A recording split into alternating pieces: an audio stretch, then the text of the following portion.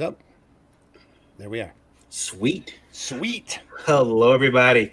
Hello. Variant Grant. It is I. It's Tuesday. So it's Indie Vote live. We got a lot of stuff to talk about. Hello, Man. everybody out there in Radio Land. Come on in. I think the weight of everything we got to talk about just hit me. Wow. And we got to talk about the Indie Vote news that broke this week. That we were changing things up. People want to talk about that. People want to talk about other things. We've got news to drop. We got two really big guests tonight. Really big. One I've known for quite a while, and I'm excited to see his work. He's been. I'm convinced he is probably. I know like 5 really smart people. He's one of them. Because I'm convinced anybody that knows a lot about history is a genius. Because tell you, if it wasn't for Hamilton to play, I don't think I would know about Alexander Hamilton. I'm just kidding. But and then we got Tom Raich with us. Tom is done work for Marvel, a couple other companies, but he's got some stuff in that has been optioned. And we know what that means. That means success. That's what we all want. Tom's gonna tell us how to get there, or at least how he got there tonight. He's gonna talk about that. He's gonna talk about his projects and what he's got going on, and he's going to be here. He and Honor will be here to answer some of your questions, as well as answer those questions from the nitwit bucket that we always get. Randy, should we expect more nitwittery than usual tonight? Oh yeah. Yes. Okay. Yeah. Randy, are you public? Is it public? I can be public. Yeah, make sure it's public on your screen. I was public before, but they keep knocking me to friends. I am public now. Thank you. Okay. So yeah, guys, we want to say hello to Carol Kincaid, who's in the house. Hey, Carol. Hello, Carol. Hello, Carol. Yeah. She's did we miss JT? I can send. Hold on, Carol. Let me. Hello, Lisa. Let me send Lisa and let me send that message. Let me see here. We missed JT Malloy. Who is JT Malloy? Oh, I see what happened. Let me see here. I will fix. Thank you, Lisa. Thank you, Lisa. Sorry about that. Yeah, see, I have room for him, but I thought maybe that the link was messed up. Okay, there we go. Thanks. You should have it now. Thanks to Lisa. StreamYard, we still have room, so it's all good. Shall we run the opening? Yeah, go ahead and run the opening. Let's get started. Hang on, people. We're going to run the opening. Watch your ears.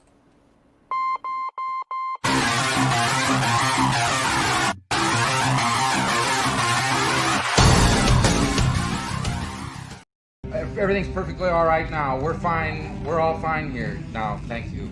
How are you? There we are. Excellent. And there's JT. We have another one. Look at that. Hello, JT. Hi, Sorry JT. about that. I see exactly what happened. I see what happened. It's all good. My mistake. It has been fixed. So yeah, we're joined by JT Malloy as well. And let's take a look here, Randy. Randy, we have to run it just because I'm gonna let you read it though with that smooth, velvety voice. We're gonna run the opening numbers, or are you gonna run a question already without introducing ourselves? No, I'm gonna run this. No. Oh, this, yes.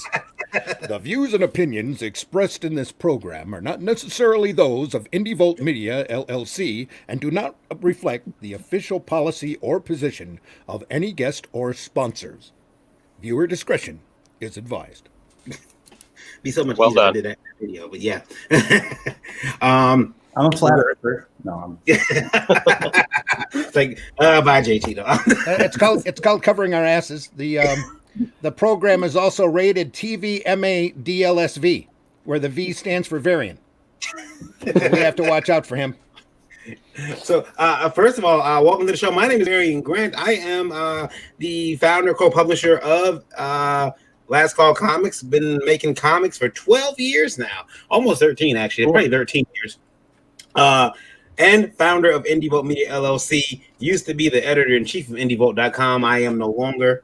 That job has been passed over to the lovely Indie Princess, who is joining us here tonight. Hello, Lola. Hey guys, how are you? And Mr. Randy Zimmerman is here with us. Hello, Randy. Your co-host. Host. Anyway, the co-host with the mostest. Hey everybody, I'm an independent and alternative publisher creator. I've been doing this for many decades. Arrow Comics, Caliber Comics, Massive Comics. I've printed under many titles and have done just about everything in this industry that you can think of and then some. Right now I'm an award-winning commercial and graphic artist whose main specialty is sequential art for advertising and education. And been around a lot, done a lot of things. So that's why I'm here. So we got 3 guests tonight. I'm gonna let you guys introduce yourselves. I will start with Tom first. Hey everybody, I'm Tom Rash. I promote heavily on Facebook as Tom Rash Marvel Artist and Content Creator. So good to meet everybody. Tell them what you've done. I've worked for Marvel on The Punisher 2099. I've worked on video games for the PlayStation Network. I redesigned the Hardy Boys for the Nancy Drew games. I've done concept art for a proposed TV miniseries that was written by Buzz Aldrin. And then I've had a number of my own characters that I've spent probably almost the last decade promoting that have been picked up for television and movie development. And one of my comics, Black Alpha, was published in USA Today. And a lot of my merchandise prototypes from Black Alpha were seen on numerous episodes of the show The Big Bang Theory. Sweet. Very cool, very cool. Henri. Yes. Your turn, sir. Yeah. So I'm Henri Compen. I am the writer, creator, producer of this book right here. It's called Yisun Shin, and it's about a Korean admiral that battled the Japanese in the 1500s. He was outnumbered 10-1 against them, and he beat them 23 times in a row without losing. I have been self-publishing this series for the last decade, and our first graphic novel of 3 was endorsed by Stan Lee, and he wrote the foreword to the book, and got to meet him a couple times, so that was cool. I also wrote this book here called Marks: A Tale of Neglect, and it's the story of my grandfather's life. And during World War II, he was a Russian Jewish soldier who fought the Nazis. So I managed to get his story from him as he was passing away, and I managed to turn it into a graphic novel. And yeah, that's me in a nutshell. Wow. Awesome. And Mr. J.T. Malloy. Hi, I write and draw and ink and color the Sapphire Spectre. I don't know what side I'm on. There we go. You're good. Yeah, right there. Yep. I just recently started my first Kickstarter. Got funded in like just 24 minutes or something. Still going on. Oh, wow. Good for you. So I'm sure my good friend Lisa is posting links in the comments and stuff. But I'm also a TV editor. Currently working for TD Ameritrade, and I'm also a part of kickarock.com, which is like a sketch comedy website. Me and my friends run that, and we've won several awards, like the 48-hour film project for Chicago 3 times, Milwaukee twice. And yeah, this comic, Sapphire Spectre, I've been doing it for a couple of years now, but this is kind of like me jumping out of the shadows and finally trying to get out there with it. So I'm on Kickstarter now. Cool. Rock on. In the chat, Pops Van Zant says sup. we got Lisa Maloney says yay. I hope I pronounced that last name right. Mhm. Simon Sim says hello, everyone. hello. Emily says hello. good evening. Good evening, Emily. Again, you are always invited on this program, Emily. You just let us know. Meredith says good evening, Indie Volt. Good evening, Meredith. She says congratulations to Lola, Indie Princess, for your new role as EIC at indievolt.com. That's awesome. Daphne Lage says welcome. Our Indie Princess Femdon Overlord. Femdom Overlord. Dun, dun, Yeah. dun. Ralph Griffith says the Volt putting a charge in indie comic coverage. Thanks, We try. Ralph, very much. Meredith says Yishu Shin looks like an amazing book. The Thank you. artwork Thank you. is fantastic. Thank you, Meredith. Lisa planted a link in the chat that you might want to go to for Sapphire Spectre. Thank you, Lisa. I'm definitely going to check that out, by the way, JT. Is that Yeah. JT's cheerleader? JT's campaign manager? Unofficial manager. Unofficial manager. Probably going to be official. I'm just trying to get you money, Lisa. Pops Van Zant, Sapphire Spectre, great story. I've read it. Indie Volt has a link in the chat there. We put a link up to the Kickstarter. Alfie, I hope I pronounced that right. Fruin No. says hello. Hello. Hello, my friend. thanks for listening. Thanks for coming on board. I don't ever remember seeing your name before. Yeah, he's been in the chat. Has he? Yeah. I'm Look, sorry. you got bad memory, Randy. That's what I do, especially when it comes to names. Yeah. Except yours. Anyway, Yeah. Richie A. Lara says, saludos. Apparently from Guatemala. Good. Hello. Now, Wow. Richie is jumping in and twice. So I cannot translate. I'm sorry. So he's Lola says, he says, "What's up? How are you?" is that what's up? How are you? Yep. We are Hello, good. Rich. Hello, Richie. How are you? Yeah. He said. Then this one here is hello from Guatemala. I believe so. Yeah. Yep. Fantastic. Now, let me, and we're gonna look at you guys' campaigns and your books in depth. Yep. But first, because it's Indie Vault, we've got questions that have been written in, and because this is Indie Vault, we have the nitwittery. we're gonna read these No, questions. not really. Now, the way this goes is you guys can weigh in, or you can be like, "I'm not touching that one for 10-foot pole." You understand? Recently, Just remember your guests here. So if you don't want to address a question, you're perfectly welcome not to. yeah. Now, just to catch you guys up, we had a gentleman. And remember, you are on camera, so if you flip the bird, people will see it. Yeah. We had a gentleman write in. He's a store owner. His name is Ben. Ben is upset because he feels that indie comics, especially crowdfunded comics, are hopscotching over the store, the retailers. He's very upset about it. And, He's been writing it for a that couple weeks. YouTubers are dancing on retailers' graves. Yeah. And they will remember us. Yeah, he did say he's going to remember us. Yeah. But he wrote back in this week, and we're going to. How dare you? Yeah. All right, here we go. I'm going to put his question up just to make sure I got them all. I don't want that to be an issue. Okay. And we also have Rob in the chat in case he wanted to come in on Ben. Thank you for the hug, Ryan. Hey, hello, Ryan. Okay. Fantastic. What don't you jokers understand? Retailers didn't sell indie comics because the goddamn things didn't sell for shit. 60% of them are made by deleted. Yeah. Wow, that must have been an incredibly harsh word. Or are we watching our language now that apparently Facebook is banning people for swearing? No, he used the R word to describe someone with disability. So Wow. I know that got us. Ben. Yeah. Well, I never considered myself a deleted before. So from now on, I am a professional deleted. We are deleted. Yes. And paid for by their parents just to get them out of their hair. I can't sell that crap, but the AAA books begin dropped on IGG, Indiegogo, and Kickstarter are now hopping right over the retailer and not giving us a chance. Ben. Continued. Ben Cunt? It just continued. I thought you were calling him something there. No, it's continued. Okay. I can put the next part of There's it. usually a period there after that cunt. Look, you know. Sorry, remember, we are TVMA DLSV. I just, Have we just been kicked off Kickstarter? Or No, not Kickstarter, Facebook? probably no. I just, Probably? No, that was continued. I don't want to sell your bullshit. I'm here to make money, and customers don't buy bullshit. They want good books. EVS didn't sell a retailer package. None of you know it. It alls makes a point.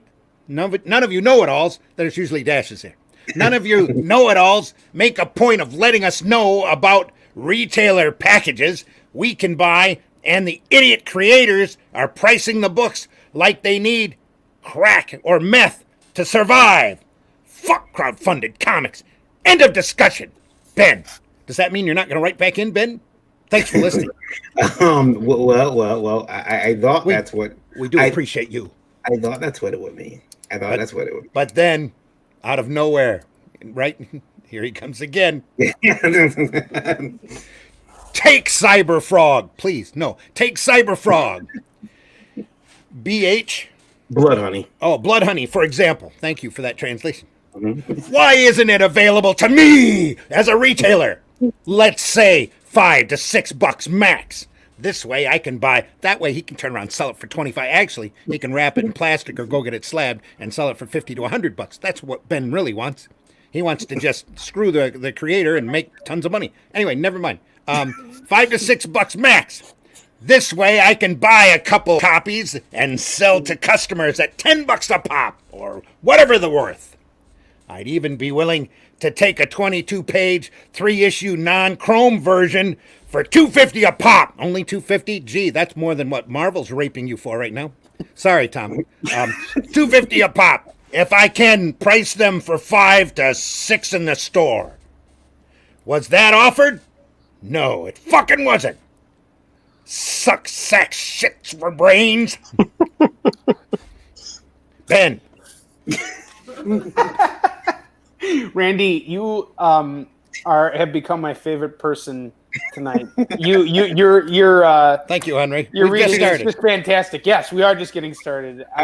Awesome. Rob Anderson has had his hands up in the corner. This entire time. Yeah, the entire time. Rob, the floor acknowledges the delegate from Florida. Before you start, Rob, if you saw me last week, I went off on Ben. If you saw last week's show. So if you didn't see that, please go back and refer back to last Tuesday's Indie Volt podcast. Go ahead, Rob. Here's the problem, Ben.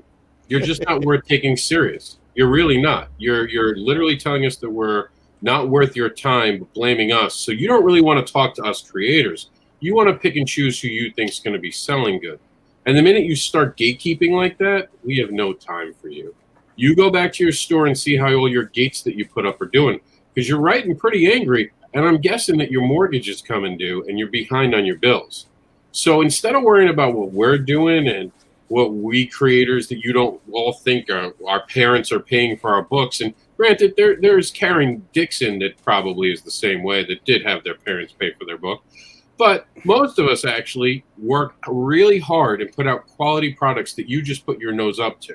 So there's this word in the English language. It's called karma, and you're now suffering from it. So, Ben, please don't write back. Anyone else can write back. You're wasting our time. We got such amazing guests tonight. Now we're going to stop to talk about you and your feelings. This isn't the feelings show. There's no Oprah. Go get therapy, son.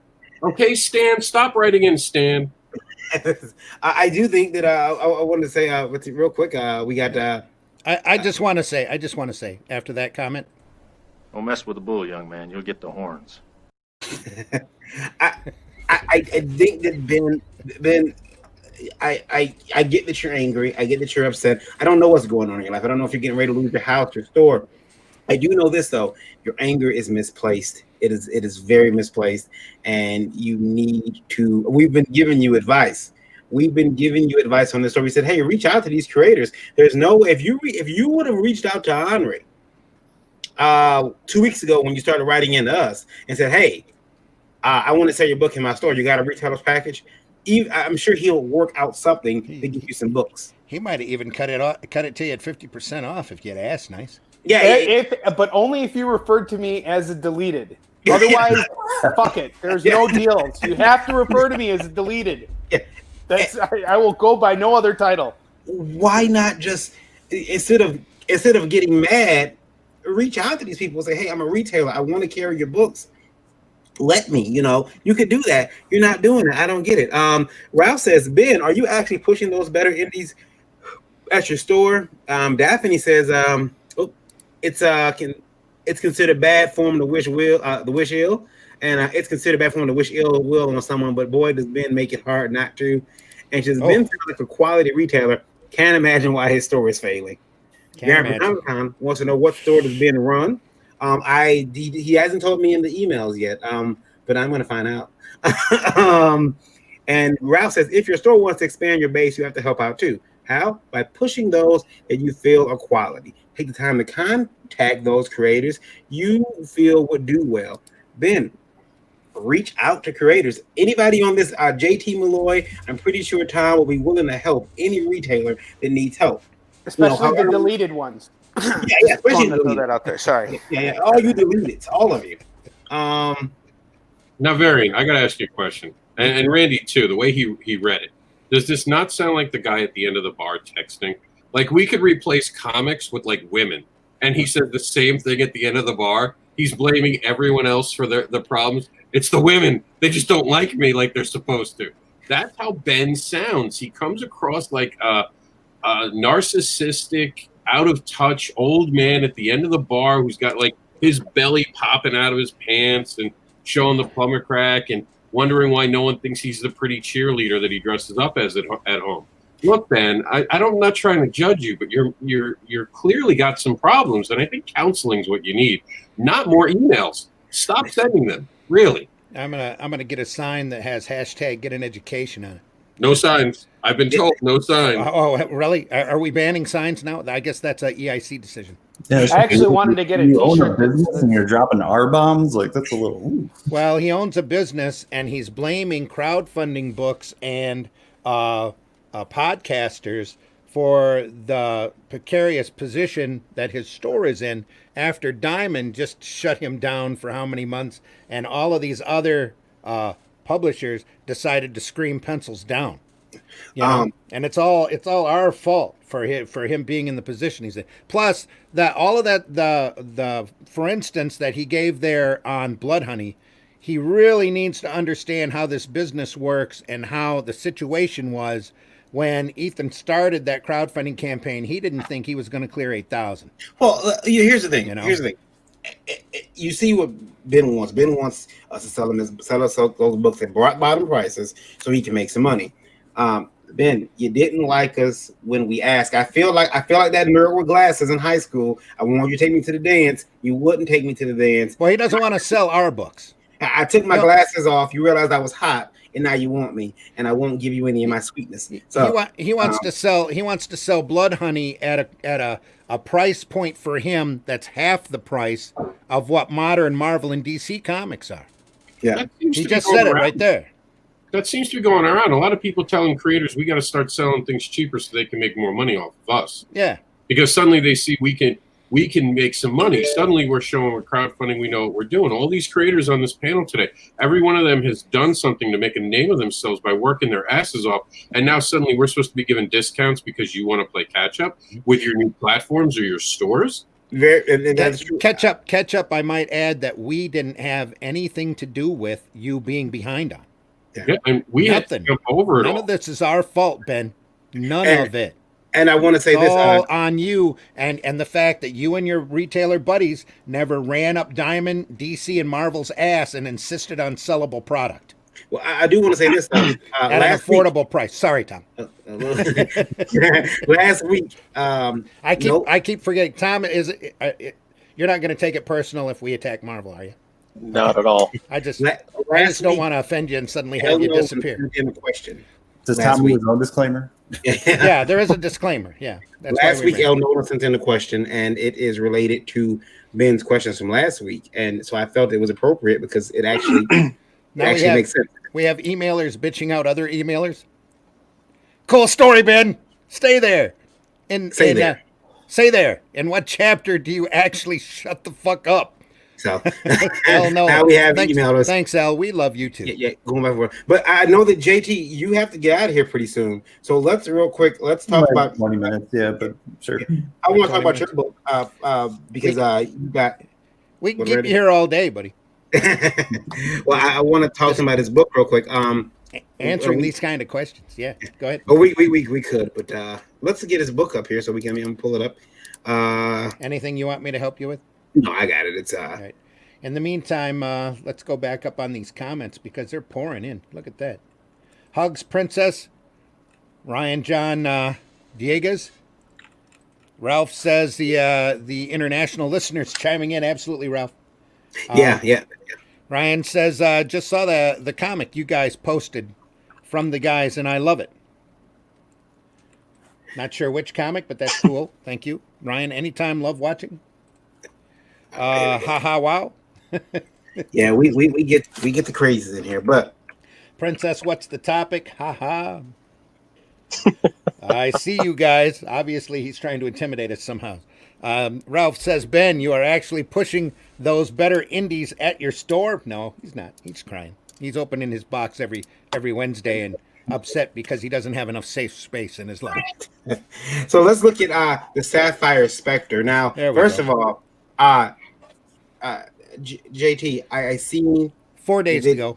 I seen the video, and I think that that you had a live action video.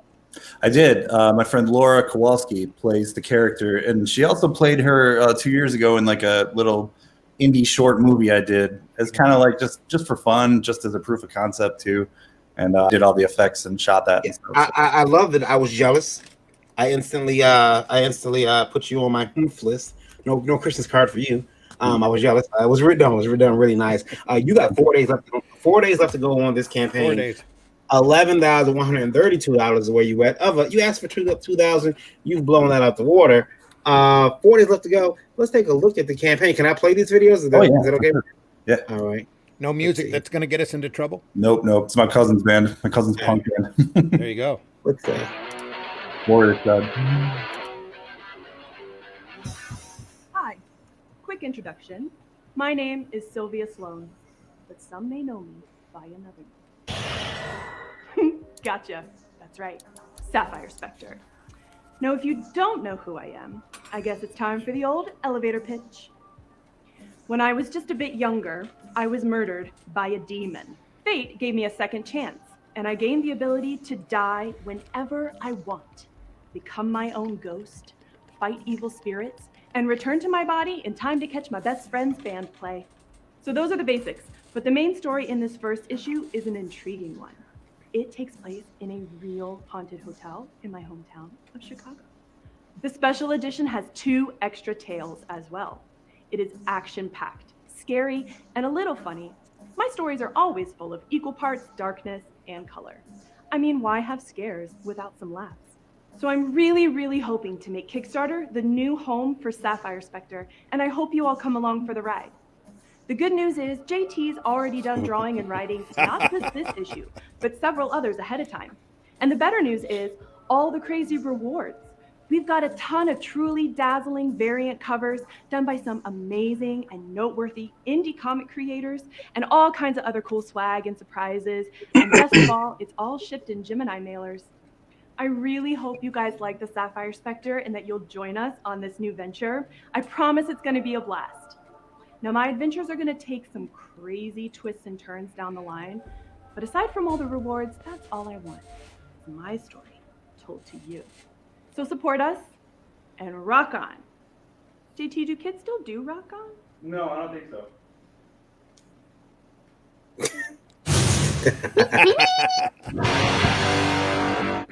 That was awesome, JT. That was cool. The presentation is incredible, and I just want to say, I tip my hat to you, sir. $2,000 in what, the first 20 minutes of your campaign? Yeah, something like that. Yeah.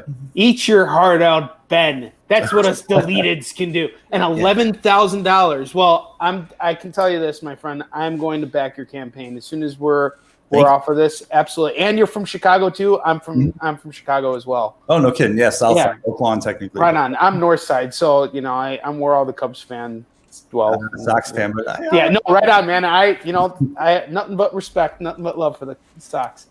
Hey, Luke is in the chat. Heather Tucker says, hey, hello. Randy Siplin says, what's up, everyone? Hello, Randy Siplin. I that Sapphire Spectre looks great. I think I'll be backing it as well. I mean, the book looks awesome. I love the artwork. Now, JT, let's talk about some of the tiers you have here real quick. There's a $10 standard one. So that's a standard edition. That is a printed edition, right? Yeah, it's printed. Yeah, okay. that will be this one that I have. Like I made these to go to conventions with and stuff as kind of a. Wait, put that back up. Hold that up again.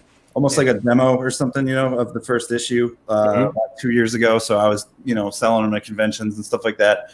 And then I decided I really need to take this to Kickstarter for all the future issues. But I have like 3 or 4 drawn already.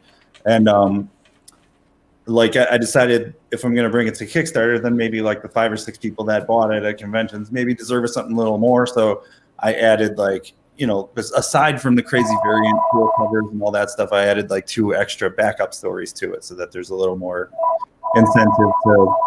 Somebody's mom is calling. Yeah, it's actually my phone, but I want to just say this. I'm sorry I'm interrupting you, JT, but I just backed you on Kickstarter. Oh, thank you very much. I did it because You're selling me on everything. Keep going, man. You can mute yourself. You can mute yourself, Yes, Andre, I if you can. need to get that Yes. phone. No. It's okay. It's my fault. I apologize. I No sweat. won't No interrupt sweat. it again. That's all. That's all part of live podcasting.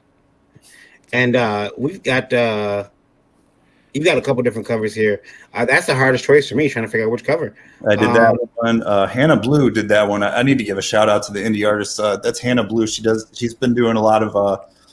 I'm in the punk rock team, always have been, and like she is too, and she's been doing a lot of like album artwork and stuff, and like has done flyers for bands like Teenage Bottle Rocket and stuff. And I definitely wanted to see her tackle my character, so we talked it out and everything, and totally she killed it. And next is I forget. I don't remember what order they went in. Yeah, that's Alfred Trujillo, colored by his wife Kara Nicole, and Kara does the cosplay covers in this too. Those two have helped me out so much. Big shout out to them as always, and helping me out with some of this Kickstarter stuff. That is done by Travis Starling, who is an artist for. He works for Cold War. I used to work in Cold War with him. I spent a couple of years working with Ashley Witter and Ash Masco, and their kind of group. And Sapphire Spectre ended up in their card game, Fight Your Friends. And Travis drew a bunch of the cards. I drew a couple of cards in the game. Now he's working for. They're doing like the Lady Death card game and stuff like that. So, and then that's my little homage to Bad Religion Suffer. Again, love punk rock. That's my thing. That one, yeah, that was actually supposed to be in the card game, but it was too busy. I overshot it, so I was like, I'll use that for a cover. And then this is Kara Nicole, and man, she's got it's such a cool thing going with her husband, like as an art team and a write team for the comic Fire Bitch, which I did a cover for also. And so that's really neat, and it's totally cool of her to agree to do all this, because I hung out with her at a convention over a weekend when I was working for Cold War, and she was playing Lady Death, and we just hit it off. She loved my stuff. I loved her stuff, so we just kept in contact. And we had a person write in a couple of weeks ago. They had dressed as Lady Death, and it didn't go so well for them. I don't know if you guys remember that. They had to go to the hospital. They used paint in a place they probably shouldn't have painted. She painted herself completely white. Yeah, and your skin breathe and everything. there was some irritation in certain areas, so she had to go. Painted herself completely white. Yeah. The art looks good. This book is you got 4 days left. He will ship this anywhere in the world. We got international listeners right now. We are sitting at 62,190 people listening right now. Want to thank our friends in Australia, Germany, as well as that aired out. I can't see which one that is. We appreciate you all. Yeah, thank you guys for listening. And JT is willing to ship this book anywhere in the world. He will get it to you. It's you got 4 days. Definitely by parachute. And you guys got 4 days. He's got a bunch of different pledges. You want to hop over to Kickstarter and you want to look up the There should be a retailer too now for the Bends of the world. Yeah, the Sapphire Spectre, SPECTRE. I'm going to put the link in the video description as well. So if you're watching this video Wednesday morning, you can, you'll be able to find it. You got 4 days, 4 short days to get in on this book. Short days. That's Kickstarter, the Sapphire Spectre issue 1, special edition. And now he's got to add a retailer perk. He's got to, because Ben is going to blow up his messages if he's not. He's going to call you a deleted, and you don't want to be a deleted. You don't want to be a deleted. Stephen Strange says, "Hey everyone." Hey Stephen. Hey Stephen. Strange. Now I know James. I know you got to get out of here. That's why I wanted to go ahead and get your book. We'll talk about your book. But this looks great. I'm going to be backing it.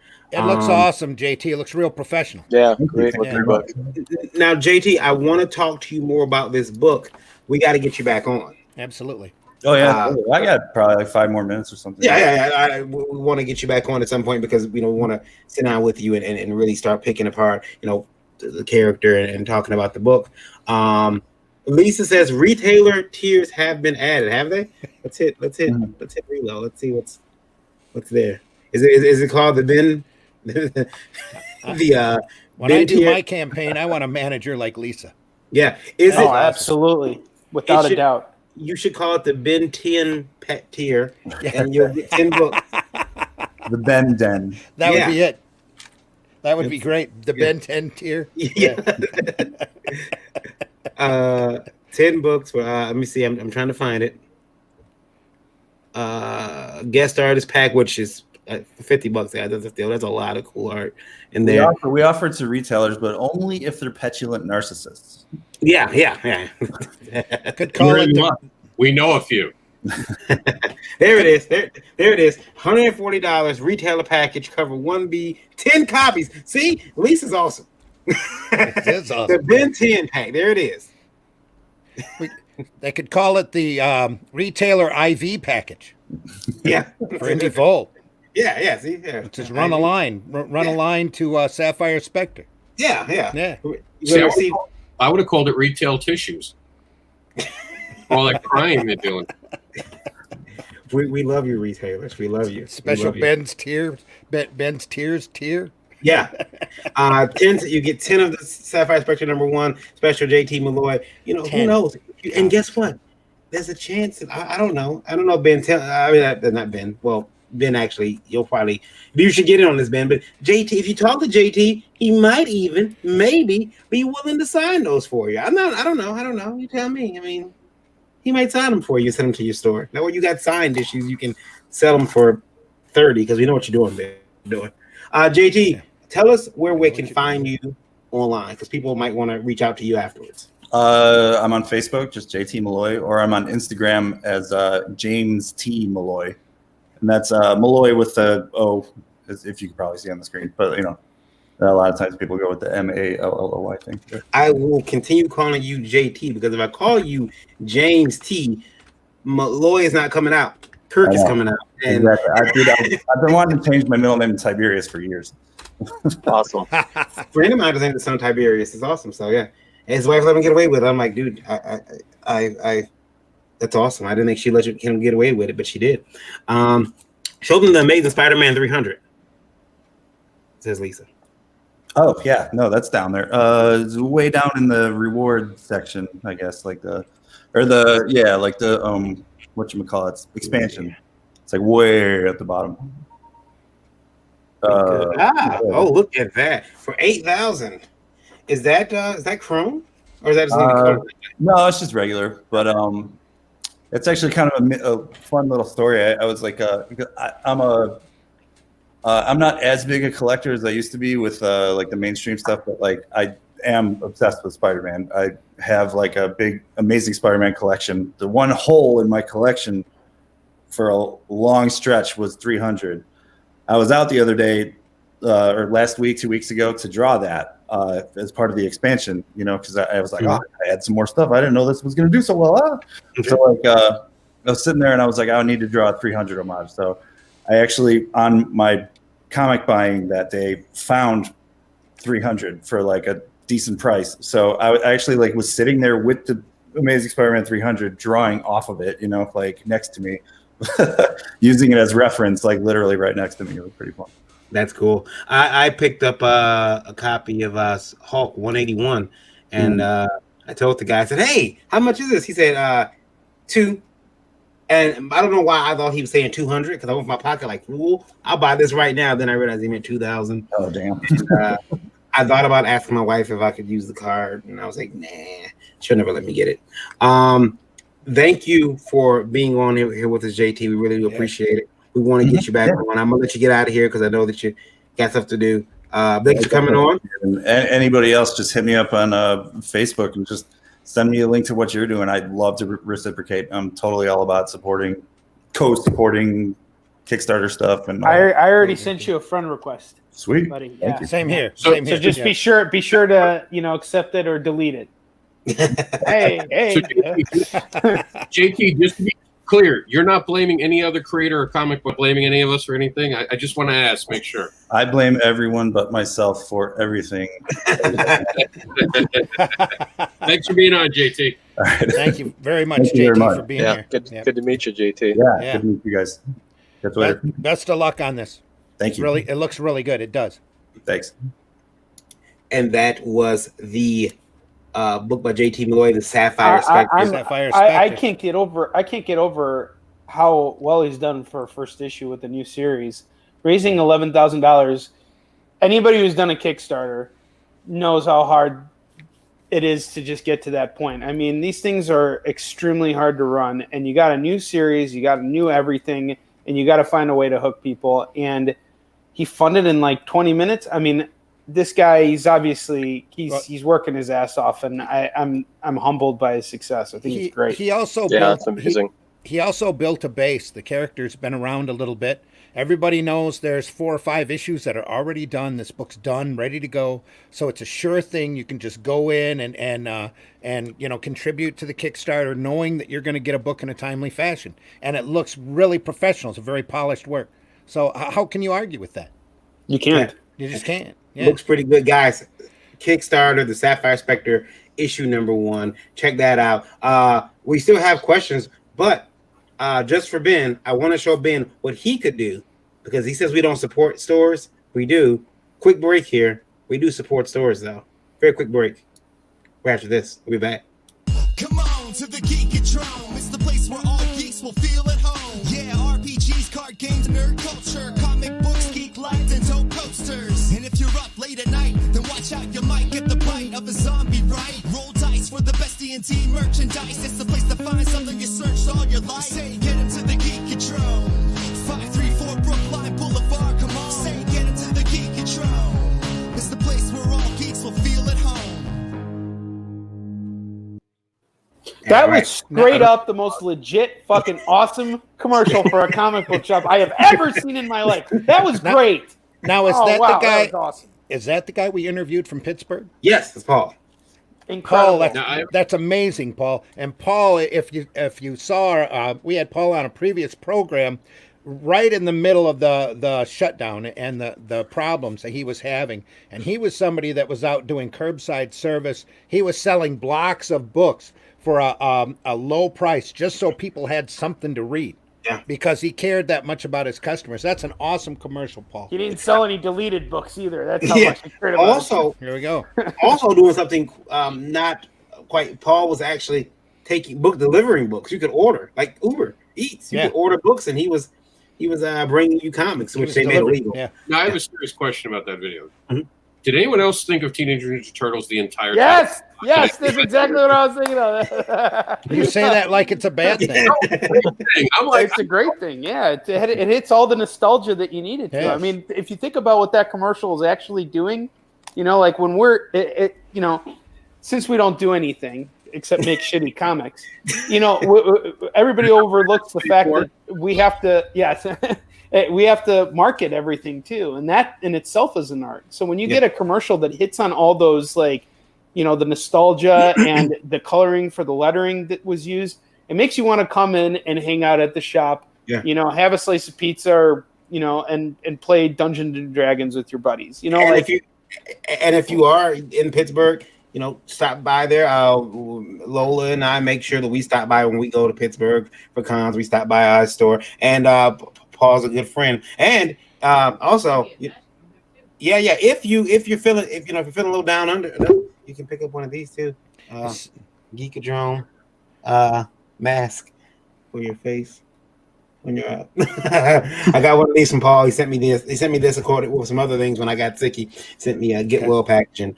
This is one thing that was in it. In these trying times, everybody needs protection. Oh yeah. So guys, I want to. Hey Ben, did you see that commercial, Ben? He's actually he's actually supporting YouTube podcasters. Oh my goodness, he's a retail shop and he's supporting podcasters in order to boost his business. How do you like that, Ben?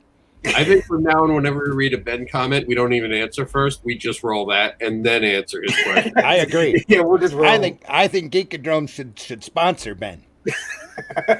That would be awesome. We've got that. And now I do want to bring up, so we do have some more questions, but I want to get to these guys' books. So we got let's burn through these last 3 questions. They're not from Ben.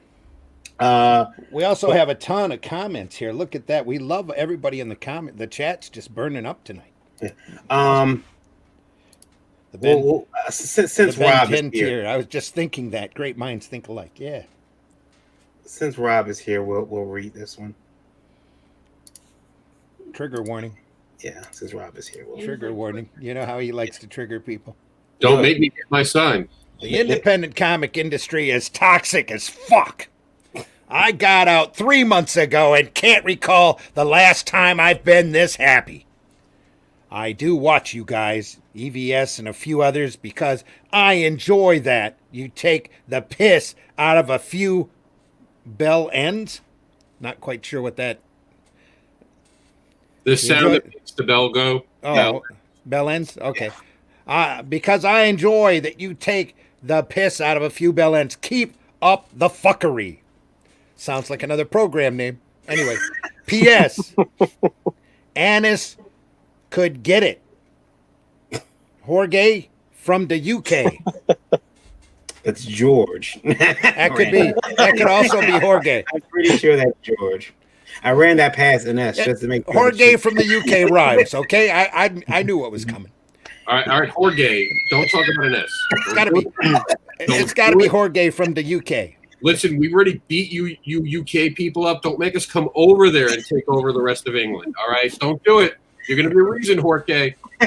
Be nice to an S. It is kind of toxic, but Jorge, George, whatever. Glad you wrote in. Thanks for writing in. It is toxic, guys. I mean, it is. We've seen a couple other people get they quit. They didn't quit, but they. When you're ready. Yeah. I have a comment. Oh, a couple people have said, "I'm out. I'm done with comics. I'm done with the indie scene." You want to pop that back up? Pop that back up. Oh. Okay. Please. Okay. Here we go. Jorge. Jorge, listen to me when I tell you, because I know you're not out. You're not out. You care.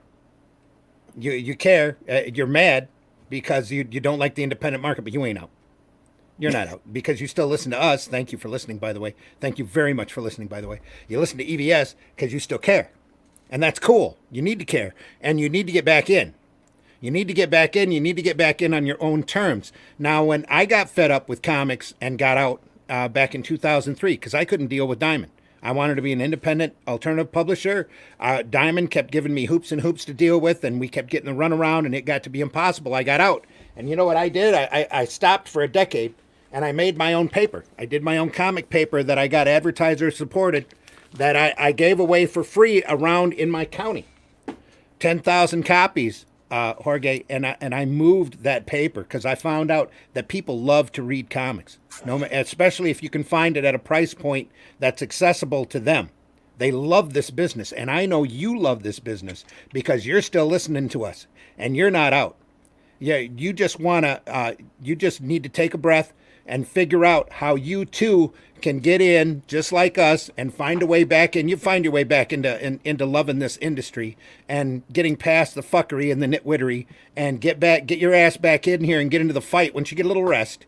And then you're going to come back in and you're going to show us all how it's done. And I'm waiting for that to happen, Jorge or George, and I know it's going to happen. So, buddy, nice. Thanks for writing in. Nice to meet you. I know this isn't the last that we've heard from you, and that you care too much to leave. And you might think that you're happy, but in a couple of months, you're going to start getting that itch again.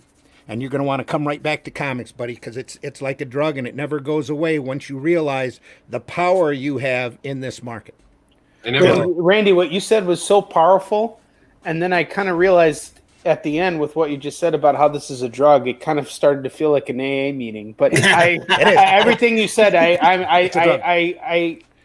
agree with it, and very touching stuff, man. Because I know you said it out of like your heart. It felt. Well, it's just that I've been there. I've been so upset at this industry. I stopped. I walked away. I did a book where I talked about the industry, the direct market, and at the end of the book, I had my character flipping off the market and going, "Screw you, I'm out of here." And I was for 10 years. I did a newspaper with comics in it because I couldn't stop doing comics. Now I do comics for advertising and comics for educational comic books, and I'm making more money than what your average Marvel and DC guy are making. And you find a way. It doesn't. It is like a drug. It doesn't get out of your system. Sorry, Rob. Go ahead. No, I never realized how much you were like the trainer from Rocky until this very moment. Get back in there, son. Like I wanted to rock you can do it. stairs while you were doing it, like that motivational video. Like, I'm gonna go back and cut that and make that a video for anyone to watch. I'm starting to look like Burgess Meredith, aren't I? Or you can do it, son. You can get back in there. Or he You're can not out. Or he can knock you off your comic for 2 years. So he could also do that. That's not my fault. That's somebody else's fault. Stop passing the blame. Get back on that horse, buddy. Start drawing them feathers. Let's see here. And then I think was this the last question? Hold on, and we can. That was a good one to end on. If it is, it's a good one because he's not fooling us. It's not like Ben. He's not sending it in the wrong direction. He's telling us that he deeply and sincerely cares. He's not leaving. And you know what? He's just going to take a breather. I respect so much that you can see that, because a lot of people, especially right now with the climate and everything, would take it that way. So it's good that you're able to see between the lines, Randy. I really respect you for that, man. That's awesome. Who would you guys give the Indie Vault Lifetime Achievement Award to? Quinny. It's a tie. Thanks, Quinny. It's a tie, but I'm not going to say it because Tom is here. So, it's a tie around your neck. It's a tie. No. It's a tie. But the Indie Vault Lifetime Achievement Award, it's a draw. It's a tie right now between Mark Wade and Gail Simone. They get they get the award for. Wait a minute, not Ben? Oh, now we're. Yay! Think about what you've accomplished.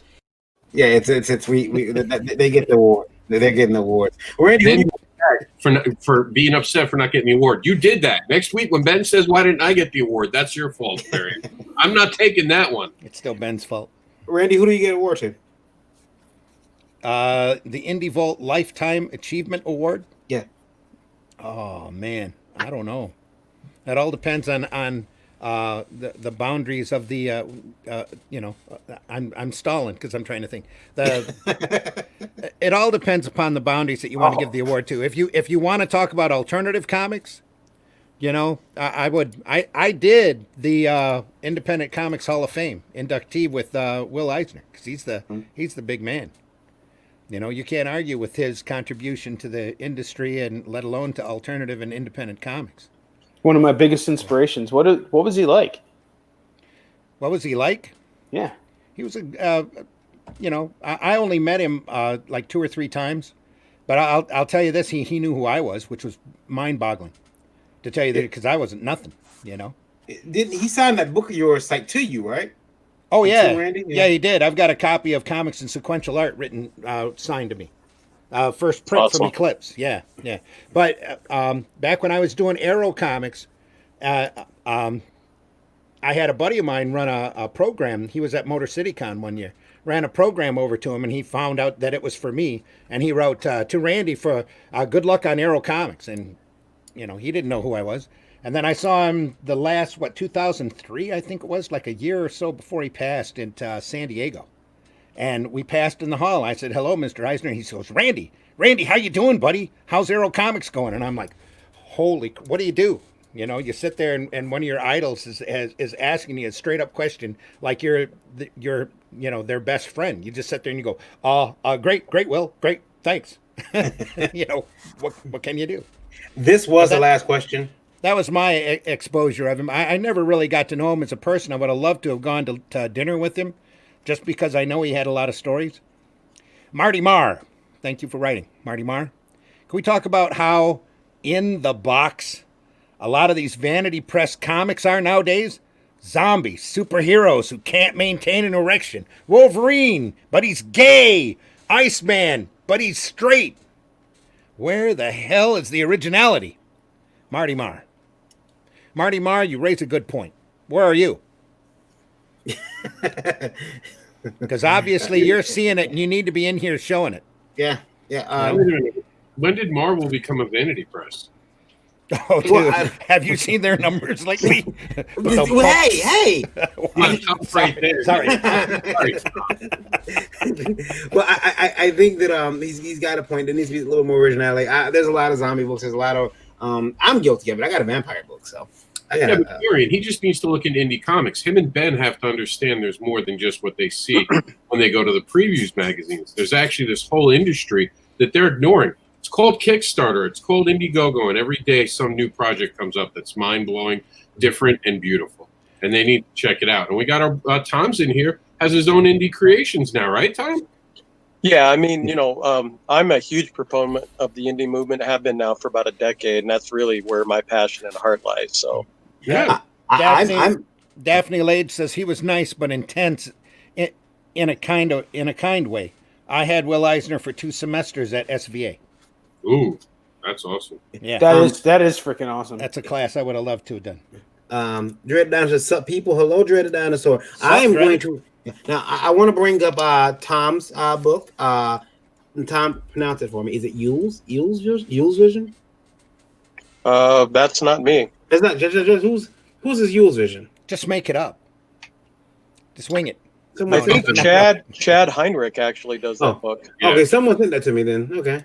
No, that was me sending you the wrong one by accident. Tom does Bondsman, right? There was a bad link in my site, and I didn't realize that it doubled it up, so that's my bad. Okay. All right, let me pull up. Tom, you do Bondsman, right? Yeah, real quick to elaborate on what I just mentioned. A lot of my characters that I've been kind of getting in the public eye for the last several years have been around since I was in grade school. So you could say I was an indie creator before I even worked for Marvel, because a lot of these characters have been around since, actually literally now, some of them for over 40 years.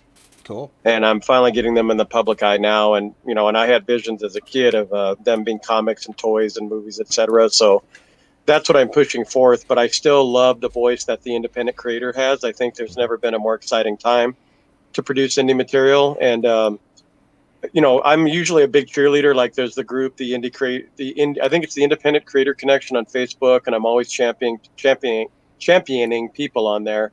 And I never begrudge anyone that it was their dream to work for Marvel or DC, any of the big companies, and work on Batman, Spider-Man. But for me, there's never a better feeling than seeing your own material come to life and actually becoming a thing. So true. Dude, Bondsman looks like straight out of the 90s. It looks so dope, dude. Where can I buy it? Well, right now it's a concept that's being developed, but the funny thing is I did create it in the 90s. No shit. It was around 92 or 93. The artwork on this, it reminds me of like Larry Stroman, Todd McFarlane. I mean, Brian Stelfreeze. This is some really cool stuff. Like Black Alpha, just the cover of this reminds me of Cyclops, which was Brian Stelfreeze's first comics work. And I mean, just it looks edgy as shit, man. This looks dope. That's really cool. It. Yeah, man. There's a funny little story actually about the Bondsman. I'm currently partnered with a director from Lionsgate, and he reached out to me. We've known each other for a little bit on Facebook. He reached out to me about almost a month ago. The Todd McFarlane documentary had just premiered on Sci-Fi. Yeah. And so after watching that, the Image guys have been a huge influence for me since Image blew up. And after watching that documentary with Todd, I'm going to go back to kind of doing the style that I sort of had in the 90s, which was a little more hyper stylized. And so I decided to do a new updated version of the Bondsman. And that night that I shared it on Facebook, the director from Lionsgate reached out to me and asked if I had the rights to the character. And it just took off from there. So him and we already have a star attached to it. It's in development right now, all within about a month. And all of that is because I was inspired by Todd McFarlane to share a 90s style character and drawing after watching his documentary. That's awesome, Tom. That is so fucking cool. I got some of your stuff up now on the screen. For those you listen on Indie Boat Radio, you can't see it, but it's a lot of Tom's creations. He's listed as a Marvel artist and content creator. And he has a whole bunch of intellectual properties. Now I see some action figures there, which Tom, I'm a big action figure advocate and lover, and the whole house is decorated in action figures. That looks like Black Alpha there. Action figures. Yeah. No, Tom. I'm a young sickly person, and I'm just saying, if you want to send me an action figure, Cue the violin music. Quickly, the violin. Quickly. I will keep that in mind. Keep that in mind and send me an action figure. Those look pretty cool. I want to talk to you about some of these books. I see that now the Bondsman. By the way, he just looks badass. But for me, I'm looking at Black Alpha, and I'm like, man, I love that costume design. But then, man, Bondsman looks badass too. Tell us which one. I know it's like picking your children, but do you have a favorite that you created? Like a lot of creators out there, I guess I can't just pick one. I mean, they all kind of represent a different chapter in my life because, like I said, some have been around since childhood, some I've come up with in the last 6 months or the last 2 years. But I guess the one thing I will say, I've loved superhero comics almost my entire life, but with the exception of Marutek, which is the middle one in that image there, it's interesting that all of my characters are not straight up superhero stories either. Black Alpha is pitched as what if you took the Batman story, sprinkled in some Iron Man tech, and dropped it off in the middle of Star Wars? Evelyn 11 is more of kind of a straightforward futuristic soldier story. Salem Tusk, by the way, is another one of my properties that we've been developing 2 years as a movie. And I partnered up with Bishop Stevens, who used to be a WCW, WWE wrestler. And now he was in The Walking Dead. He's on the shows Chicago PD, and he's been in a few movies that have been on Netflix this year. And he's kind of my African-American Indiana Jones that I created when I was 16. Marutek, like I said, is a play on the Shazam kind of mythology, but everything else, Raymond and the Ray Gun Rangers, that would be kind of like almost a Pixar story. Damian Moon is basically James Bond if he were Merlin or Doctor Strange. And the Bondsman is definitely, like you said, it's very much a Spawn grifter style character. And it's funny how some of these, will take a long time to really sort of gain footing. And still, some of them have been optioned, like I said, a few times by studios out of Hollywood. And Black Alpha would be one of those. And here we are several years later, still trying to get it off the ground and gain some traction. So this whole journey that I've been on as an independent creator to try and get these properties turned into like movie and TV projects is not for the faint of heart because it's a huge emotional roller coaster. But I posted something recently, and I promote heavily on Facebook that every one of these 7 characters you see in this image alongside me have actually all had interest from producers in Hollywood, and some have been optioned. So it makes you feel good that your instincts are correct with the kind of material that you're trying to get out there. And I also pride myself too that my characters come from many diverse backgrounds, male, female, African American, Mexican, any nationality. And to me, first and foremost, a strong protagonist and character is just that. And that's just kind of how I created them. It wasn't like I was trying to, fill an agenda or anything. And so I've always felt good that my creators sort of, in a way, almost it seems like they sort of come to life themselves. But the fact that they sort of hold a diverse place, I think, in the market where it's just not straight on superhero story is one of the things that I hope benefits what I'm trying to do. They look really good. And I'm going to put another picture up. This is Black Alpha. Now, those over there, it's Action Lab, right? Yeah. So these are still for sale, or are we doing a trade?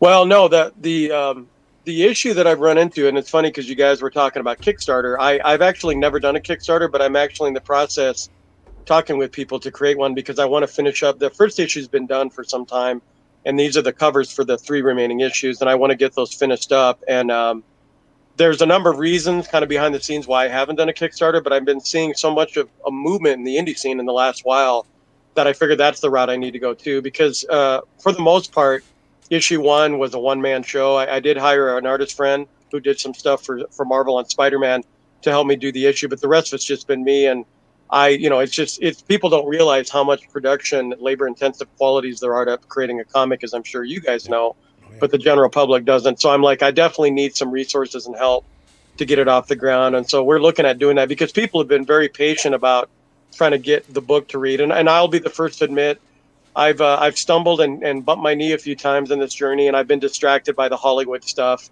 And I sort of need to kind of circle back around to what this is all about, which is the material, the comics that I grew up loving, to really be the conduit for the storytelling for the audience. And the other stuff will be kind of like kind of a fringe benefit if it happens, So I'm more back on board with like, well, let's get the comics done and let's be less distracted by the call from Hollywood to turn this into like a cartoon or an animated film and stuff. So, and I'm for those of you who, if you're watching this on YouTube and if you're watching on Anywhere Radio, we really think you need to go over on YouTube, pull this video up and check it out because I'm showing some of the Tom's art, his creations, as well as scenes from where his art has been used on shows like The Big Bang Theory.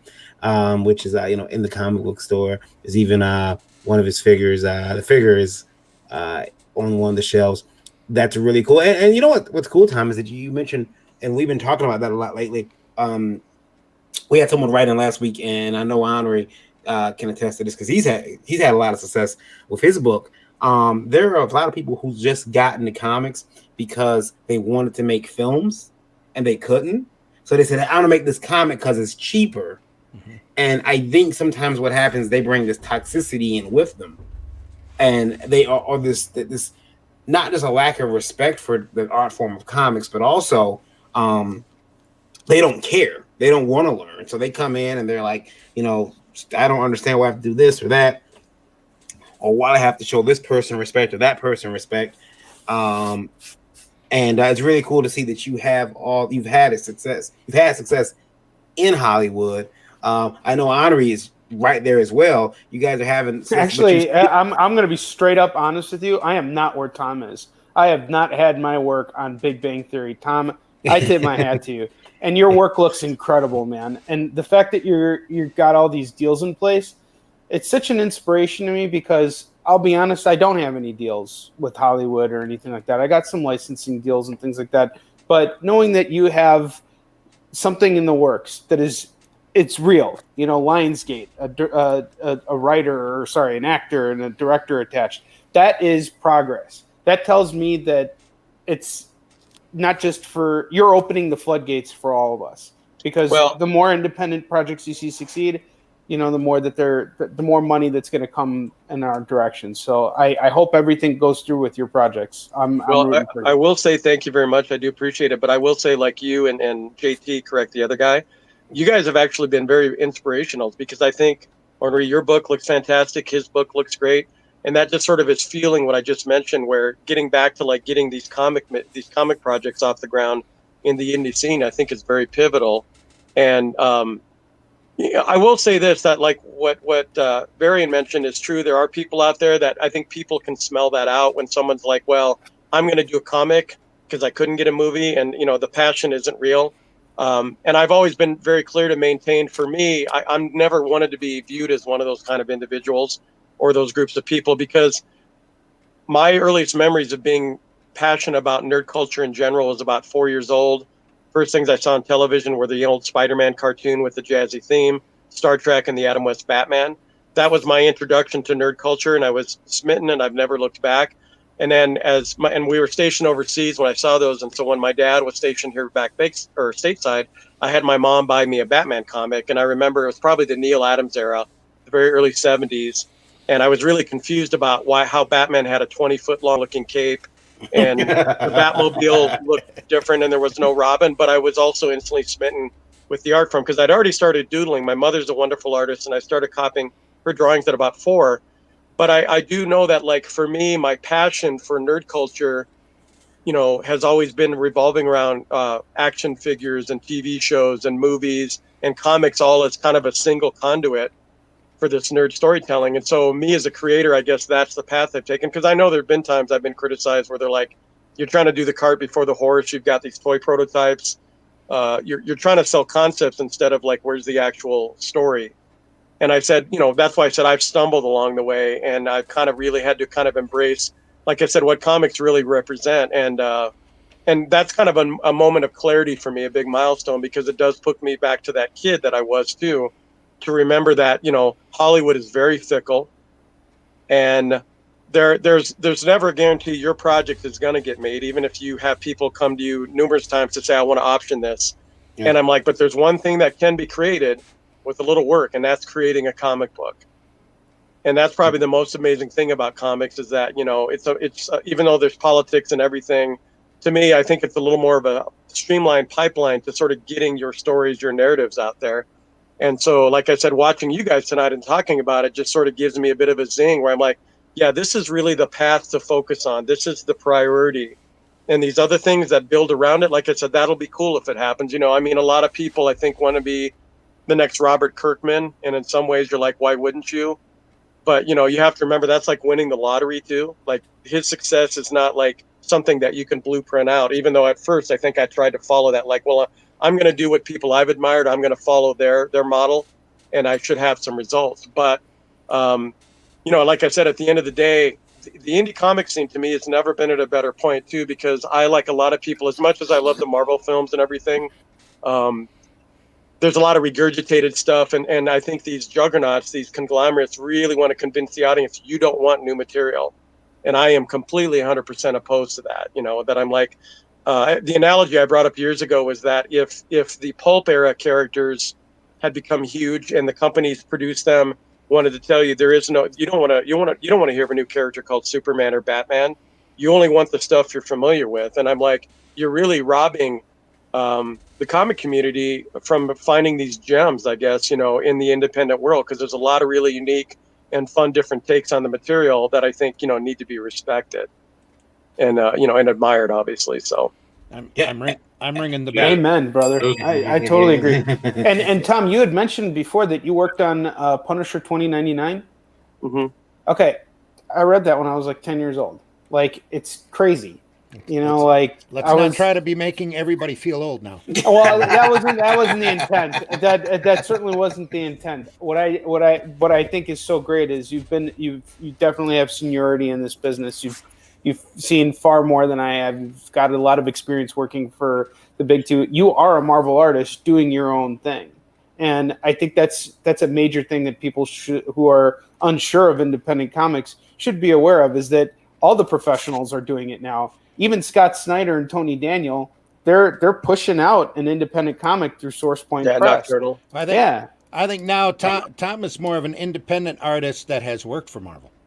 That's what it is. Exactly. Yeah, What it is. absolutely. That would be 100% true, because I tell people, like, when some people come to my Facebook page and they'll say that's cool, but the first thing out of my mouth is I'm like, I am really an independent creator, and this is really my passion. This is what I'm currently pushing and will be. You know, in fact, I have a documentary film that's being made about me that's been partially filmed, and it has to do with kind of like not letting go of your dreams and how your dreams kind of change and morph through time. And so, like, I went from like one milestone of like, it was my dream as a kid to work for Marvel, and I achieved that, but then I realized the bigger dream for me was re-embracing the 11-year-old in me that had so much fun coming up with my own characters. Yep. And that's partially what the documentary is about. And then, of course, cool. I'm also an older father. My daughter just turned 2. She's going to be in the video or the documentary too, but it's about me sort of kind of like staying the course of staying in the comics game, nurturing my own material, and being a new father, and kind of balancing all these different parts of my life, and hopefully a great legacy that I can leave behind for her too, about pursuing, you know, goals and ambitions and dreams, even if they get difficult. And I guess listening to your own honest voice about what you want to do with your life. Yeah, you know, it's interesting. My son, he's getting into he wants to be a YouTuber. He loves it. He plays Roblox and Minecraft and everything. So today he asked me to help him like build out his own video, and I have some experience now. And you know, it was such a cool bonding moment because he's not into comics. I don't think he'll ever get into comics, but we have this common ground with this thing, and I saw his passion for, you know, trying to get this. So I totally get where you're going with everything, and I think it's awesome. I wish you the best of luck with your documentary, man. That sounds so fucking awesome. Yeah. Congrats. It really is one of those. You mentioned it, Henry, and got a 10-year-old, and if he wasn't grounded so much, I would love to be able to do stuff with him. But unfortunately, he's grounded. He's grounded quite often, and you know, like, I would love to show him how to stream. I thought about having a joke and having him pop in on the stream one day, but he hasn't done it yet because he's always we had to take his computer from him quite often. Indie Princess said something. I understand that too. Yeah, he's trying to work on a book. He does want to be an artist like me, which is weird. I don't know why. Sees what I go through. I do want to talk to next. We'll be talking to you, Henry, about your book. But I did see in the comments someone wrote. They wrote. You're gonna have to go look. Yeah, the chat room is on fire tonight. Yeah. One quick thing, Varian. If you're coming in here and you call comics a storyboard, please pack your bags and leave. Does someone call comics a storyboard? I didn't see it. No. This is just a thing for all those Hollywood people coming in who want to make comic books and refer to comic books as storyboards. You don't understand how disrespectful that is to everyone who understands the craft. Daphne says there's always going to be inferior product, but it's trippy to see retailers like Ben hold indies to a higher standard than the corporate stuff. Oh, I like that. Yeah. The Randy line. Yeah. I love that. Ralph says, agreed, Daphne. They'll spend the time going through the Diamond catalog, yet do not want to get a hold of the best indies that are self-publishing. Ralph also says, I hate calling them lazy because there is a lot going on in that daily running of a store, but all these new products needs a time if you're looking to increase the base. Meredith says, Variant has launched Liberty Entertainment Distribution Group at ledg.us. Amazing option for indies and booksellers. Thank you, Meredith. I appreciate it. We'll get into that too. I'll actually cover that because I know that's one of the things that we said we're going to cover today. But so people might be shocked that I'm here. Yesterday, I announced that I was stepping down as editor-in-chief of IndieVault.com. I did that because I needed time to focus and basically laser focus on Liberty Entertainment Distribution Group right here. Awesome. And what we're doing is we're distributing indie comics to stores. This is one of our standard shipping boxes. We got much bigger ones too, but this is one of our standard shipping boxes. I showed it yesterday. I'll show it again real quick. So if you're a store, you get this box in the mail. We've all seen, if you've ever worked in a comic store, just hung around a comic store, and the person who owns the store puts you to work because you're there all the time. You open the box from a publisher or a distributor, and you've seen how kind of it's just kind of thrown together. The books are in there. We didn't want to do that. So you'll get in there, you'll get your invoice here. Every one of these is going to have a card of your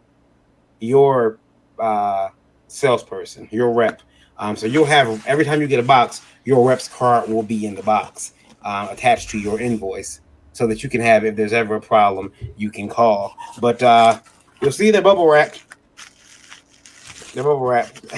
And each comic that we send out, these indie books, all come bagged and boarded. That's awesome. Yeah, so bagged and boarded. So this is Cat Down Supermom. And it's bagged and boarded. Custom bags. They're all bagged and boarded. Rob, it looks beautiful, man. It looks like it turned out great. Thank you. It's so this is why I stepped down from being the editor-in-chief of IndieVault.com so I can focus on running Liberty Distribution Group. And it is so far, I'll be honest with you guys, the response has been pretty good. I'm shocked by the response. I thought we would have a kind of I don't want to say lukewarm, but measured response. It has been, people have been calling me. They've been using the 800 number. They've been calling us, and they've been wanting to talk to us about the project and the products and what we can offer. If you want to reach out to us, you can. 800-525-2091 at Liberty Entertainment Distribution Group, 800-525-2091. But take over my position. There were a couple people that we talked about that would thanks JD. JD says focus, varying focus, make it happen. Indies need this. One of the people that we had 3 different people up for maybe being editor-in-chief. And I thought, well, who is around me enough listening to me complain? And there was a couple things I looked at. They're around me enough. They might share almost the same vision. And there was a box. There was a box that no one else had. I don't have to pay them. That was a great box to check. And so Lola, the Indie Princess, is the new editor-in-chief of IndieVault.com. So what that means is that the articles you see on IndieVault.com are ones that Lola has approved or curated or assigned to a writer. So she's in charge of the website now. That's all Lola's job. And the radio. And she's also in charge of IndieVault Radio. So yeah, congratulations to Lola. And you're in your 3rd official day in that capacity. So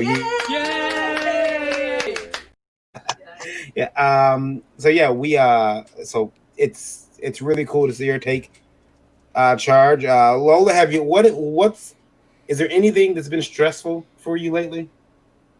with running that? Finding stories that are newsworthy. Finding newsworthy stories, huh? Well, I don't want to post rumors and he said, she said stuff. I want to find actual stories that mean something to the indies.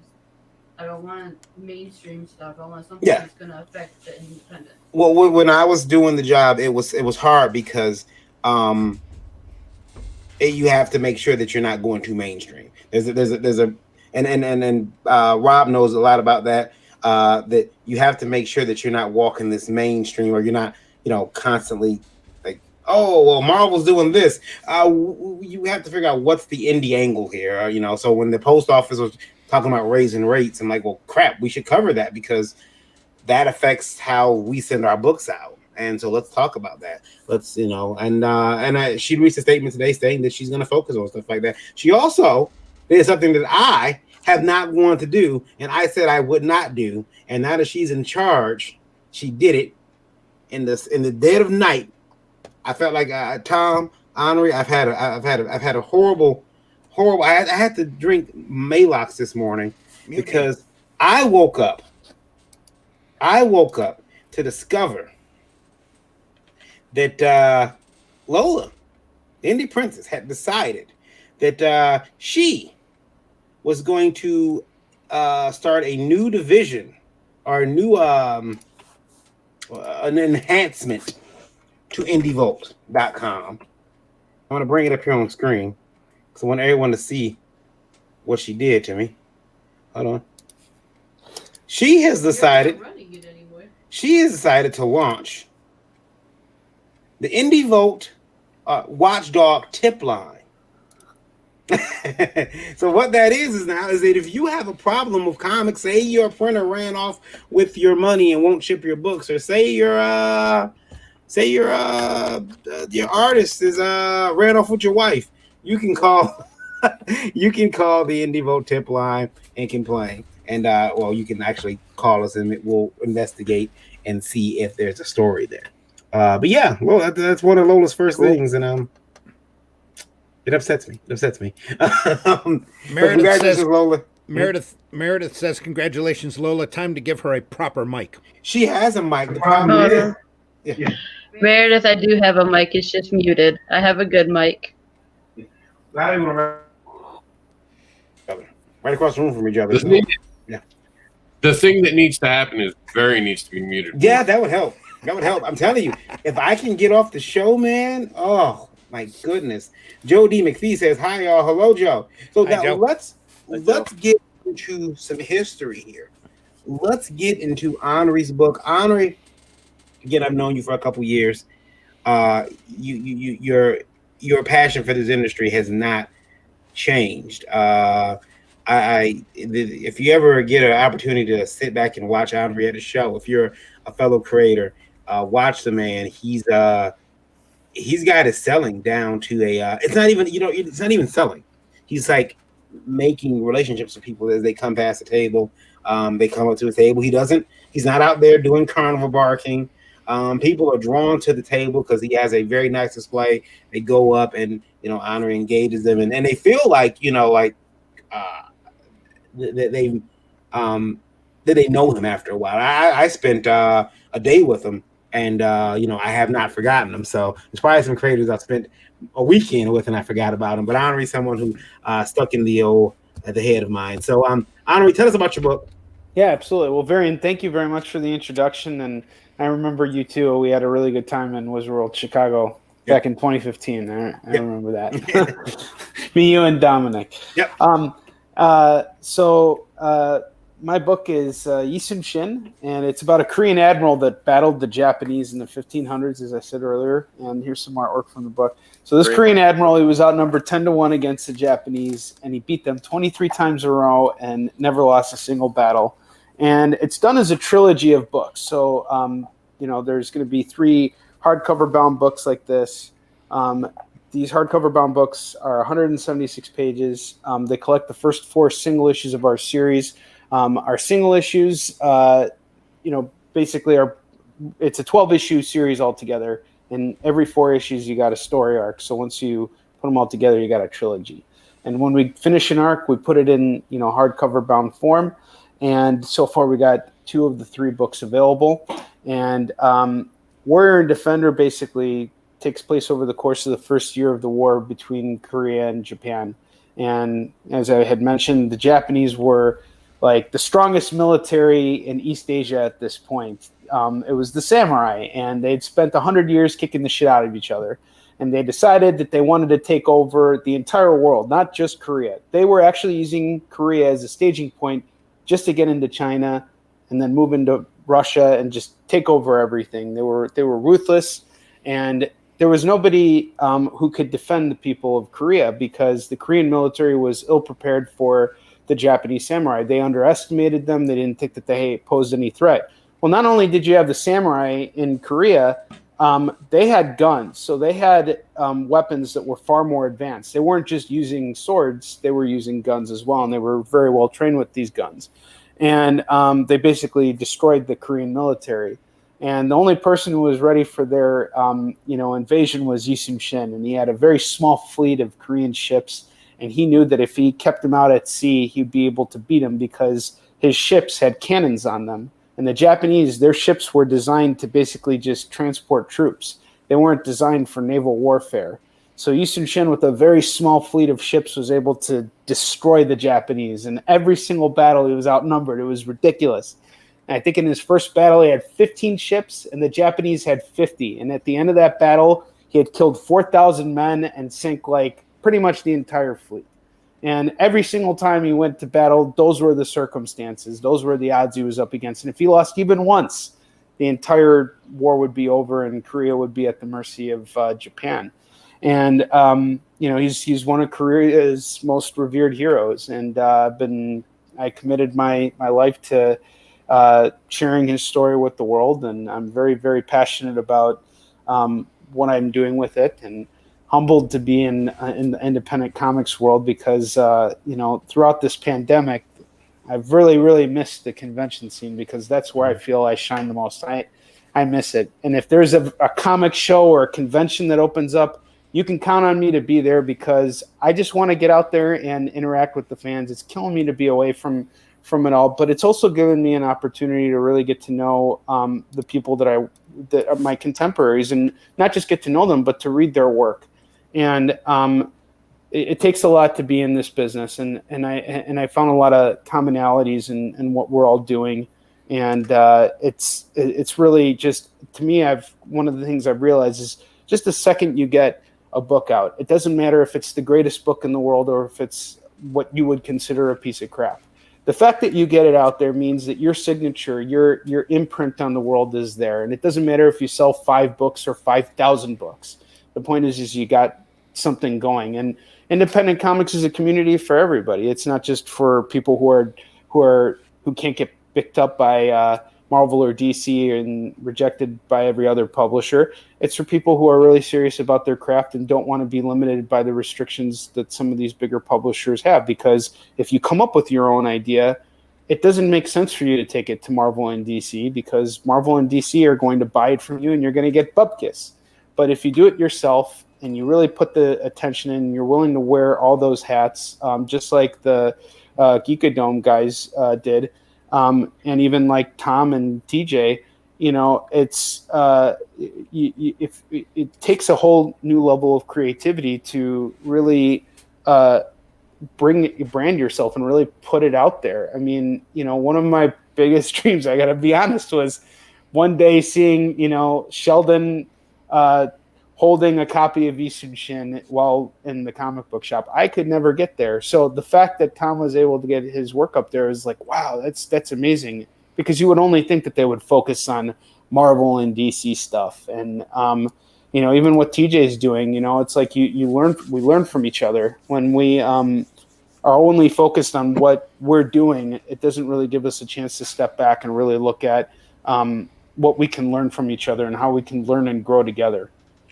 I was going to say it's unfortunate, sorry to interrupt real quick, that we hadn't met sooner. And while the Big Bang Theory show was on, I actually could have gotten your book on there. No, that's totally cool, man. I just think it's so wicked. To me, it's not even like something I'm upset about. It's not like, oh, it's my lifelong dream. And Actually, my lifelong dream, Randy, was to meet Will Eisner, and I never got to do that because he's one of my biggest inspirations. And you know, time is so short. If you ever have admiration like that, you really need to track these people down and thank them. Oh, absolutely. You really do, because there's a lot of people out there that I deeply regret I never got the chance to shake their hand while they were still walking on this earth, and other people that I am so deeply grateful that I at least got to walk up and get their autograph, tell them how much I love their work, show my work to them, and tell them what an influence that they've had on my life. You know, that's I feel blessed every day that I got to meet Stan Lee and got him to write the forward to my book. And I don't like toting it and being like, buy my book because Stan wrote the forward to it. I like the book to speak for itself and that to be the icing on top. There you go. You know, just having met Stan the handful of times that I was fortunate enough to even just talk to him for a couple seconds, that was a guy who, you know, even in his later years, where his golden years was really where he started to see his success. Yeah. You know, just having the opportunity to talk with that guy is an experience I'll never forget. And he really was the same person behind the curtains that he was in public. Yeah. One of the most kind and sincere people who actually told me to follow my dreams. He didn't tell me to follow suit and get in line like, you know, and just do what everybody else is doing. Stan was highly encouraging of all creators to get out there and, you know, follow their passion. And maybe you wouldn't succeed with that one book, but, you know, you got another book, you know, just keep pushing and keep going, because that's how you learn and grow. You know, I was looking for the, I can't find it, and I would have asked you if I found it, can I put it up? But I know there was again, I was so excited when I seen that they had did the behind the scenes making of the comic, and they, you know, they did a full on reenactment, and they cast somebody as honor. And I remember watching it, and I'm like, and I remember when I talked to you about it, you had told me you had doing this video, man, and I got it. Can I tell you a story about that? All right. So is it online still? Do you know where it's at? I can't fucking find it anymore. Okay. It is somewhere out there. But basically, what happened was this. In 2014, I had lost an investor, and I didn't know how the hell I was going to keep going. And I guess you can count me into, you know, the category of where Ben is, because no, I did not. I bootstrapped the first ip, but after that, I needed a backer. And I didn't mean to do that. No worries, Randy. It's great to see your handsome face. But you know, I lost my biggest backer, my investor, and it was a crushing blow to me. I didn't know what the hell I was going to do, and sure enough, I turned to Kickstarter at that point because I had been bootstrapping and borrowing money like no tomorrow. And what eventually happened was I got the attention of Korean publishers, and the Marvel Comics of South Korea contacted me, and we worked out a deal. And part of that deal was they flew me out to Korea, and they had press following me around for like 7 days, and it was awesome. That is and awesome. The biggest TV show in Korea, like they're like one of their hot shows where they film these micro documentaries. They decided to do a feature on me, and I had no idea what the hell was going on. I actually first saw like 2 weeks after I got back from Korea.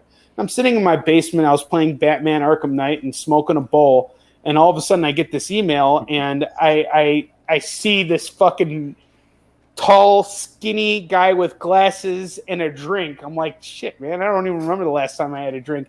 And he's me, and he's like, you know, sounding all dramatic, and it was nothing like, you know, what it was like in real life. Like the investor was like some like Fabio guy. It was hilarious.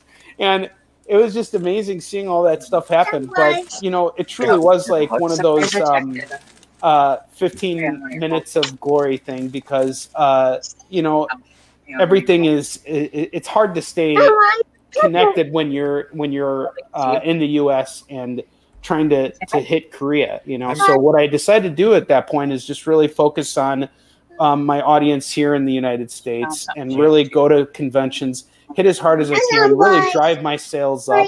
And that's what I've been doing for the last 10 years. And I've been having such a blast. Hey, Hey. Sorry to interrupt, Henry. No, We have a not special at all, guest. Tom. That's awesome. Yeah, my daughter's waving at everybody right now. So. Hi, sweet pea. Oh, this little girl. Yeah, I don't think. Hi. Hi. we have a special guest, the future of comics, right there. Yeah, future of comics, Aria. Well, I think she did the audience a favor by getting me to shut up. that. So that's No, I still wanted to hear more of your story. Let me mute You're my all mic. good. You're all good. No, Henry. not at all. Yeah, but Henri, that book. Now you've been working on that for a while, and I know that again, losing an investor is tough. I mean, it's if you're in business and you got investors and you lose them, it's a lot like cutting off a limb in a way, because you got to figure out where that money's going to come from or where it's going to go. How you're going to replace it. But you've been lucky. Your book has been well received. And having Stan be a part of it is pretty cool as well. Is it something that, like at this point, because it's been something about Koreans, do you feel like now you got almost a sense of duty to complete it? Yes, absolutely. And I'll tell you this: it was once I didn't realize this, but it was once I lost my investor that I realized that I had achieved a new level of independence, because it's like now I could think for myself. Now I could really grow myself, and I'm glad that I've had to struggle at this, because I enjoy it. Like I love going to conventions. I love being on my feed for 10 hours a day. I love interacting with people. I miss it very, very much. And I do it because I love it. I love it as much as I love creating comics. It's just building those connections with people, really kind of looking beyond the political strides that divide us. You really see that kind of go away when you make it about this, something you're passionate about, when you get to talk to people about common ground and not find yourself in a place where everything is always so divisive. It's like my own little place, And speaking of our own little place, what's our radio numbers? I have to look them up real quick. I'm looking. They've been weird. So okay, 1 second. They've been weird. China pulled the plug again, didn't they? Well, it's funny. Oh, because, there's 1,000. Gotta pull that plug. Yeah, they usually are one of the first ones to pull. China doesn't allow us when we get too big. Yeah.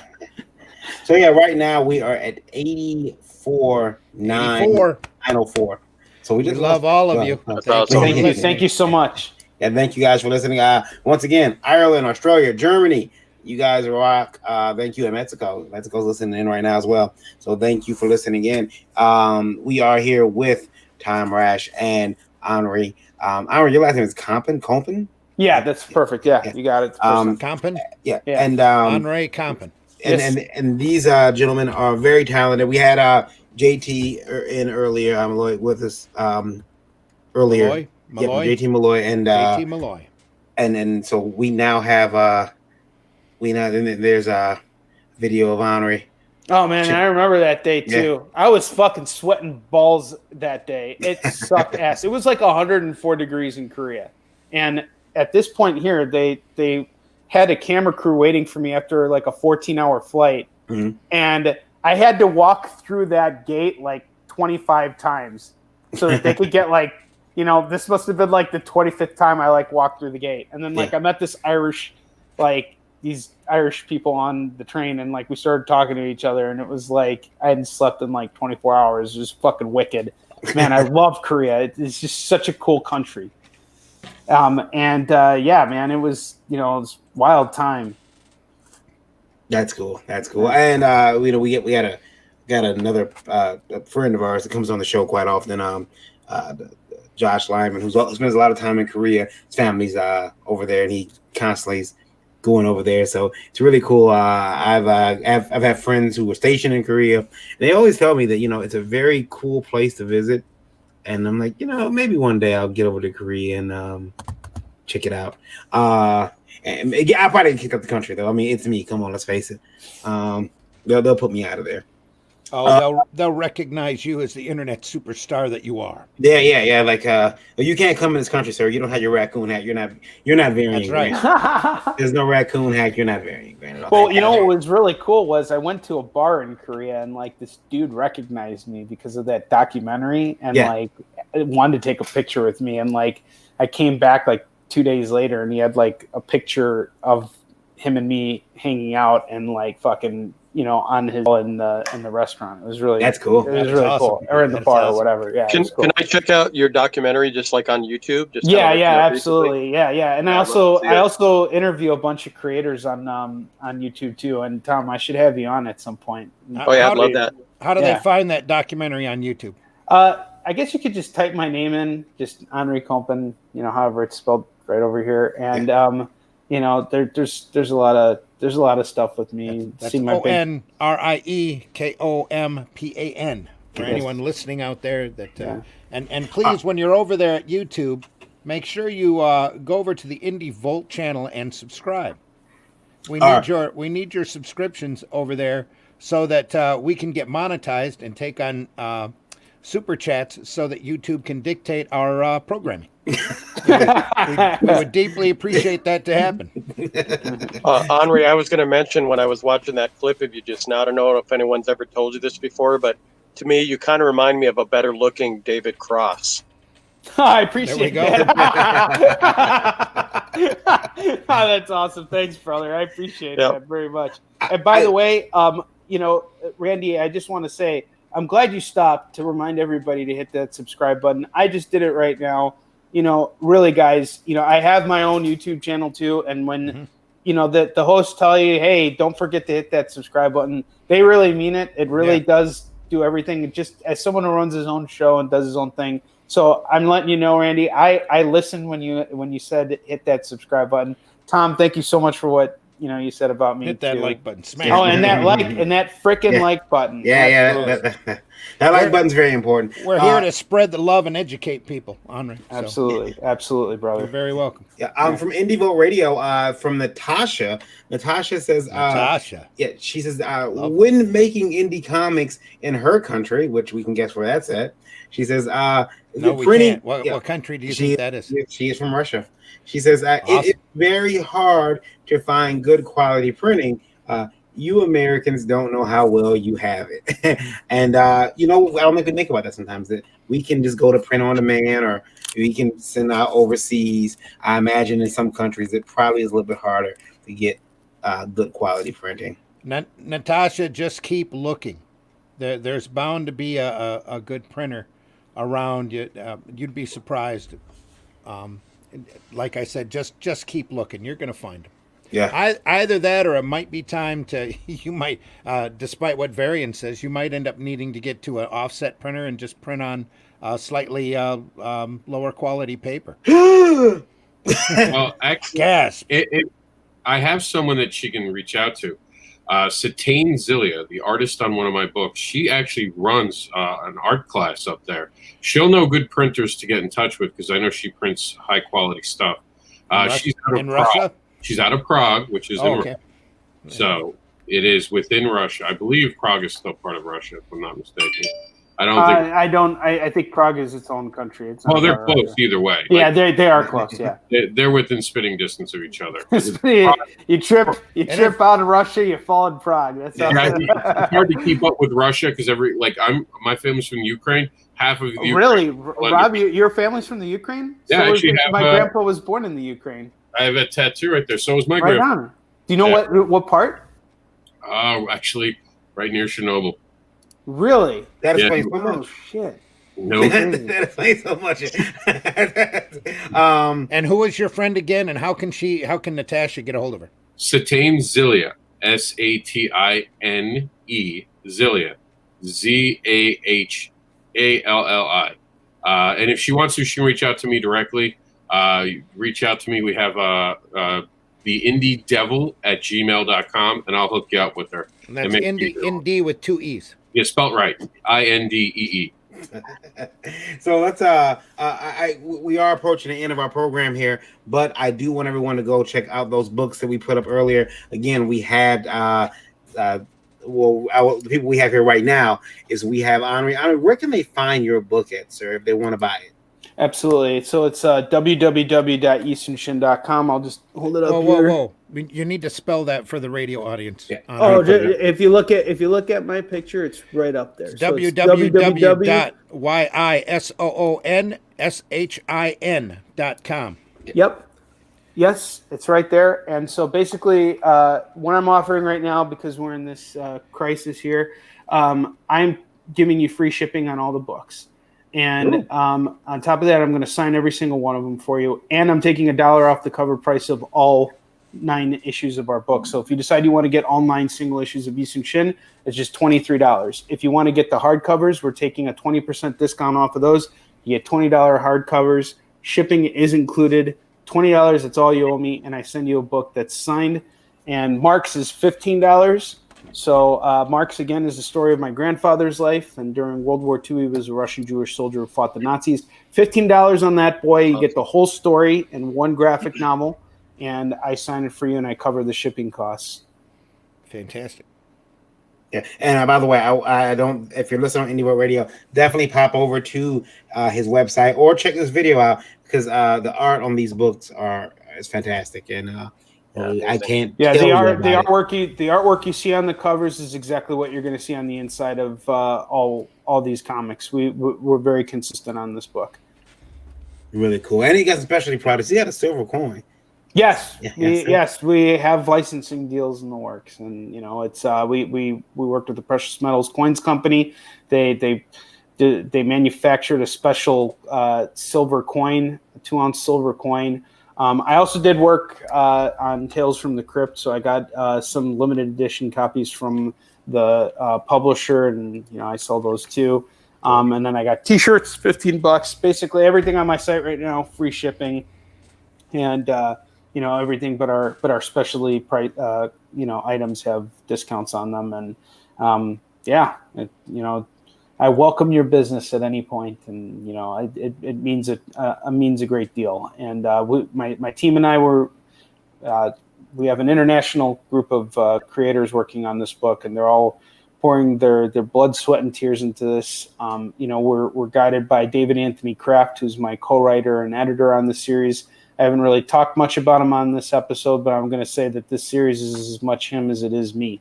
And, he's taught me everything I know about comics, and, we're doing it the way they're doing it in the big leagues. And we stand by our work and the quality of it. And, we're trying to really push our industry forward and really show that you can tell stories about anybody out there. It doesn't just have to be superheroes that don't exist. You can also write about true heroes who do exist.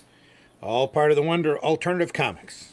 And Henri, I know you have to go because your laptop's about to I might get a 2%. I'm so sorry, guys. Oh, no problem, Henri. That's why I want to get you. Thanks for hanging in there, buddy. No, absolutely. Yeah, and guys, honestly, just much love to everything you're doing. Thank you, because we don't have any other means of getting ourselves out there. And we'll definitely stay in touch. Don't be afraid to contact us. You're welcome on here whenever. Thank you so much. And then Henri, I was going to say before you get off, make sure to connect with me on Facebook. I already did. I already friended you, so hit me up. We'll message each other, man. All right, guys. I'm so sorry. I'm at 1%. I'll get kicked off any second now. Thank you. Thank you so much. Thanks so much for coming on, buddy. Rob, much love to Nice you, man. meeting you. Thank you so much for reaching out to me. Take care, guys. We'll see you, Henri. Yep. Take care. Yeah, take care. Be safe. Yes, you too. And real quick to your poster who's asking about the question, I got Satane's site up here. You can see her art. She has tutorials. She's going to be the one you want to talk to. She's going to be able to bring you a bunch of stuff. Wow. And of course, I know Satane because my artwork from my book is actually listed here. Right there, you guys can see. So we've worked together. Super excited to promote her, and she's definitely someone who can help you. Cool. Incredible. Let's bring up the artwork from let's see here. We'll make sure that Henri can Henri is gone. Good timing on his part. Yeah. Let's now Tom, I was trying to find a website for you, but Let me see here. Yeah, it's dormant. I've had a bad habit of promoting mainly on Facebook because I think the instant sort of like back and forth you get with the audience and everyone else. Mhm. So yeah, I've been saying for a while, one of these days I need to get around to actually having a website so that people can buy merchandise and stuff. That's kind of on my to-do list for the near future. But I do tend to tell people if they want to follow what I'm doing or connect with me, look up TOMRASCH on Facebook. Yeah. And usually I share all the time all my projects and the status and everything else pretty much involved. Now I do have your website, but like you said, it's not much up there. It's just That's the moldy oldie one. Yeah. But it is again, fantastic artwork. I'll ask because people are going to ask, and hell, I think I might need a commission. Is that something that you're doing right now, Tom, or is that too busy? I do from time to time. I haven't had a lot of time, so it sort of depends. But I mean, making the connections on this show is kind of important to me, like I mentioned earlier. So that would be something I could do, down the road here for sure. Want to show another thing Tom had. Former Marvel Comics artist Tom Raich signs. Oh, and then he moved. Sorry. That was accidental. Signs of Global Genesis Group for his original superhero TV series Black Alpha, TV series under development as the Steampunk Adventures of Salem Tusk, which is really cool. It's really cool that you have that going. We wish you continued success. Where can they contact you at? Like I said, mainly Facebook. I have an Instagram page and I have a Black Alpha Twitter. Both of those have also been somewhat neglected. I do, like I said, I do need to break away from the Facebook thing, but it's become I think it's sometimes its own kind of addiction when it comes to, I guess, promoting what I do and interacting with people. Mm-hmm. But yeah, I mean, I definitely need to kind of return to Instagram and Twitter basically to sort of kind of, I guess, cover all the bases. Meredith, I'll just put in an order for Yi Soon Shin and Marks. I'm pretty sure Henri had to leave, but I'm pretty sure he's super excited about that. Yep. He'll be happy. Thank you, Meredith. We really appreciate it. And we also want to make sure that everyone checks out all of Tom's products. He's got a ton of stuff. I'm probably gonna be searching the web and figuring out which one of those projects I want to, because I know what happens. I start reading something and I got to get all of it, and I'm like, well, this is good. Maybe this other series is good. Next thing you know, I'm calling Tom, message in the middle of the night. Hey Tom, tell me what happens in issue 7. I don't care. Issue 7's not done yet. I need to know what happens. Yeah, well, that's what, like I said, that is going to be one of the focuses this year, is getting back onto actually providing content in comic form for the different stories I have. So that's definitely, like I said, going to be one of my, also on my to-do list for this year. I do want to mention kind of a side nerd moment though that I do get a kick out of sharing, is that I like I said, I have all these merchandise prototypes and action figures and stuff from both Salem Tusk and Black Alpha mainly, and I have different versions of Black Alpha ship, and so I'm friends with Chris Hunter, who's Jeffrey Hunter's son. He played Captain Pike in the original Star Trek pilot, and he's always messaging me that he wants a model of Black Alpha ship.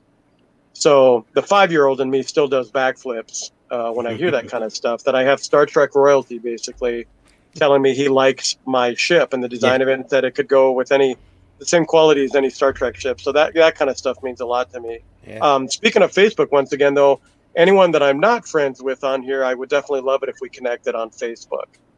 I know a couple of us are already, but anyone else, it would be great to connect. Yeah, and Tom, of course, you're always welcome to come back on the show whenever you want. If you ever, you're cruising through and you see us on, you want to pop in, shoot Randy, myself, Rob, the Indie Princess, a message that, hey, let me in. I hear that person. They said something I don't agree with. Oh yeah, I'd love to. This was my first time, like I said, doing this kind of show, and I had so much fun tonight. Yeah, it was great having you. You're always welcome to come on, kick things around a little bit. So. And Randy, I dropped a little bit of a hint about the shakeup here at Indie Vault and the Revolt that's coming. And it's like rumble. Maybe we can stake out some time on Thursday to cover that. Yeah, I think we should. In more detail. You won't be here Thursday. Well, yeah, I won't be here Thursday. You won't be here Thursday. Yeah, but you'll be here.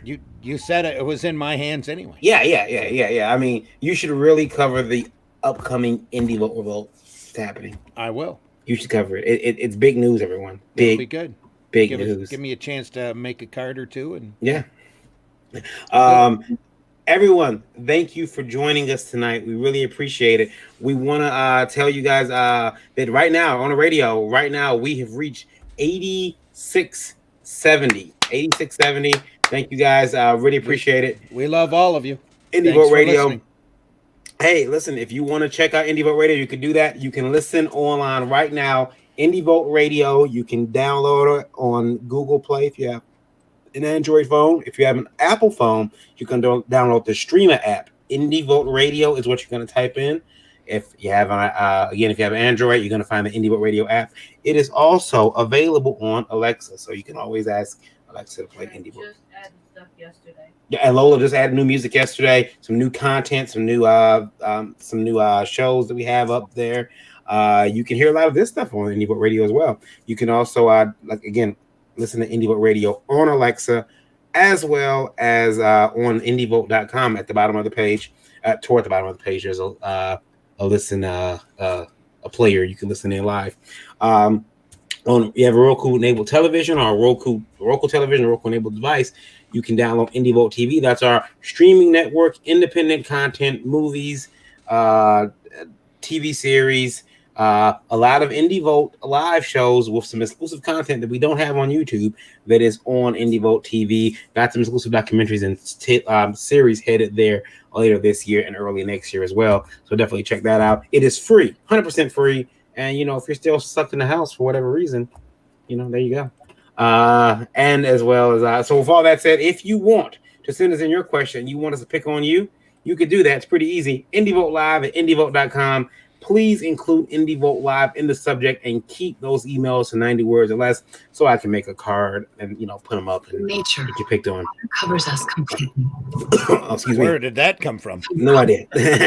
And remember, folks, when you write into us, there is no problem. Too big or too small, too silly or too serious. We welcome everybody to send us their input, because remember, our feedback will be better because of your setback. Hashtag get an education. Hashtag Indie Vote.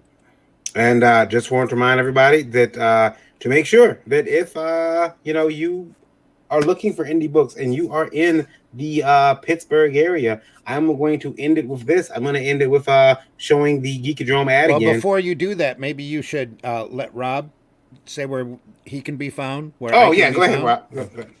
This Saturday, the Devil's Advocate has that big here. I think we have the image. Devil's Advocate this Saturday at 9 p.m. Comic Skate and Whispers. When did comics become about size? That's part of the indie event. Check me out then and there. Awesome. And we'll be back Thursday morning at 9 a.m. Eastern Standard Time for the Breakfast Buzz. I will be back Sunday morning at 9 a.m. for the Sunday Funnies, where we're going to talk about the more lighthearted and fun side of comics that aren't necessarily super angst-ridden, depressingly dark superhero books. There's all sorts of fun to be had out there, and we talk about it on Sunday. Awesome. Again, and I'll be there tomorrow. And she'll Indie Princess, of course, will be on tomorrow, Wednesday. I got a full house. She's got a full house for Geekgasm. That's also at 9 a.m. or 9 p.m. right there. 9 p.m. Wednesday, Geekgasm. Yep, she'll be there tomorrow. And that's it for us this week. Everyone, please stay safe. Should we thank our sponsors very, very quickly? Not this week. We're not thanking them. We're not thanking the sponsors. Yeah, not this week. So, but we are thanking the one, Geekadrome. Thank you for sponsoring the show. Thank you for being a proponent and a supporter of indie comics. We're going to end with his video tonight. Okay. All right. Well, we'll do our video at the end too. But yeah, here we go. Come on to the Geekadrome. It's the place where all geeks will feel at home. Yeah, RPGs, card games, and nerd culture. Comic books, geek lights, and dope posters. And if you're up late at night, then watch out, you might get the bite of a zombie, right? Roll dice for the best D&D merchandise. It's the place to find something you searched all your life. Say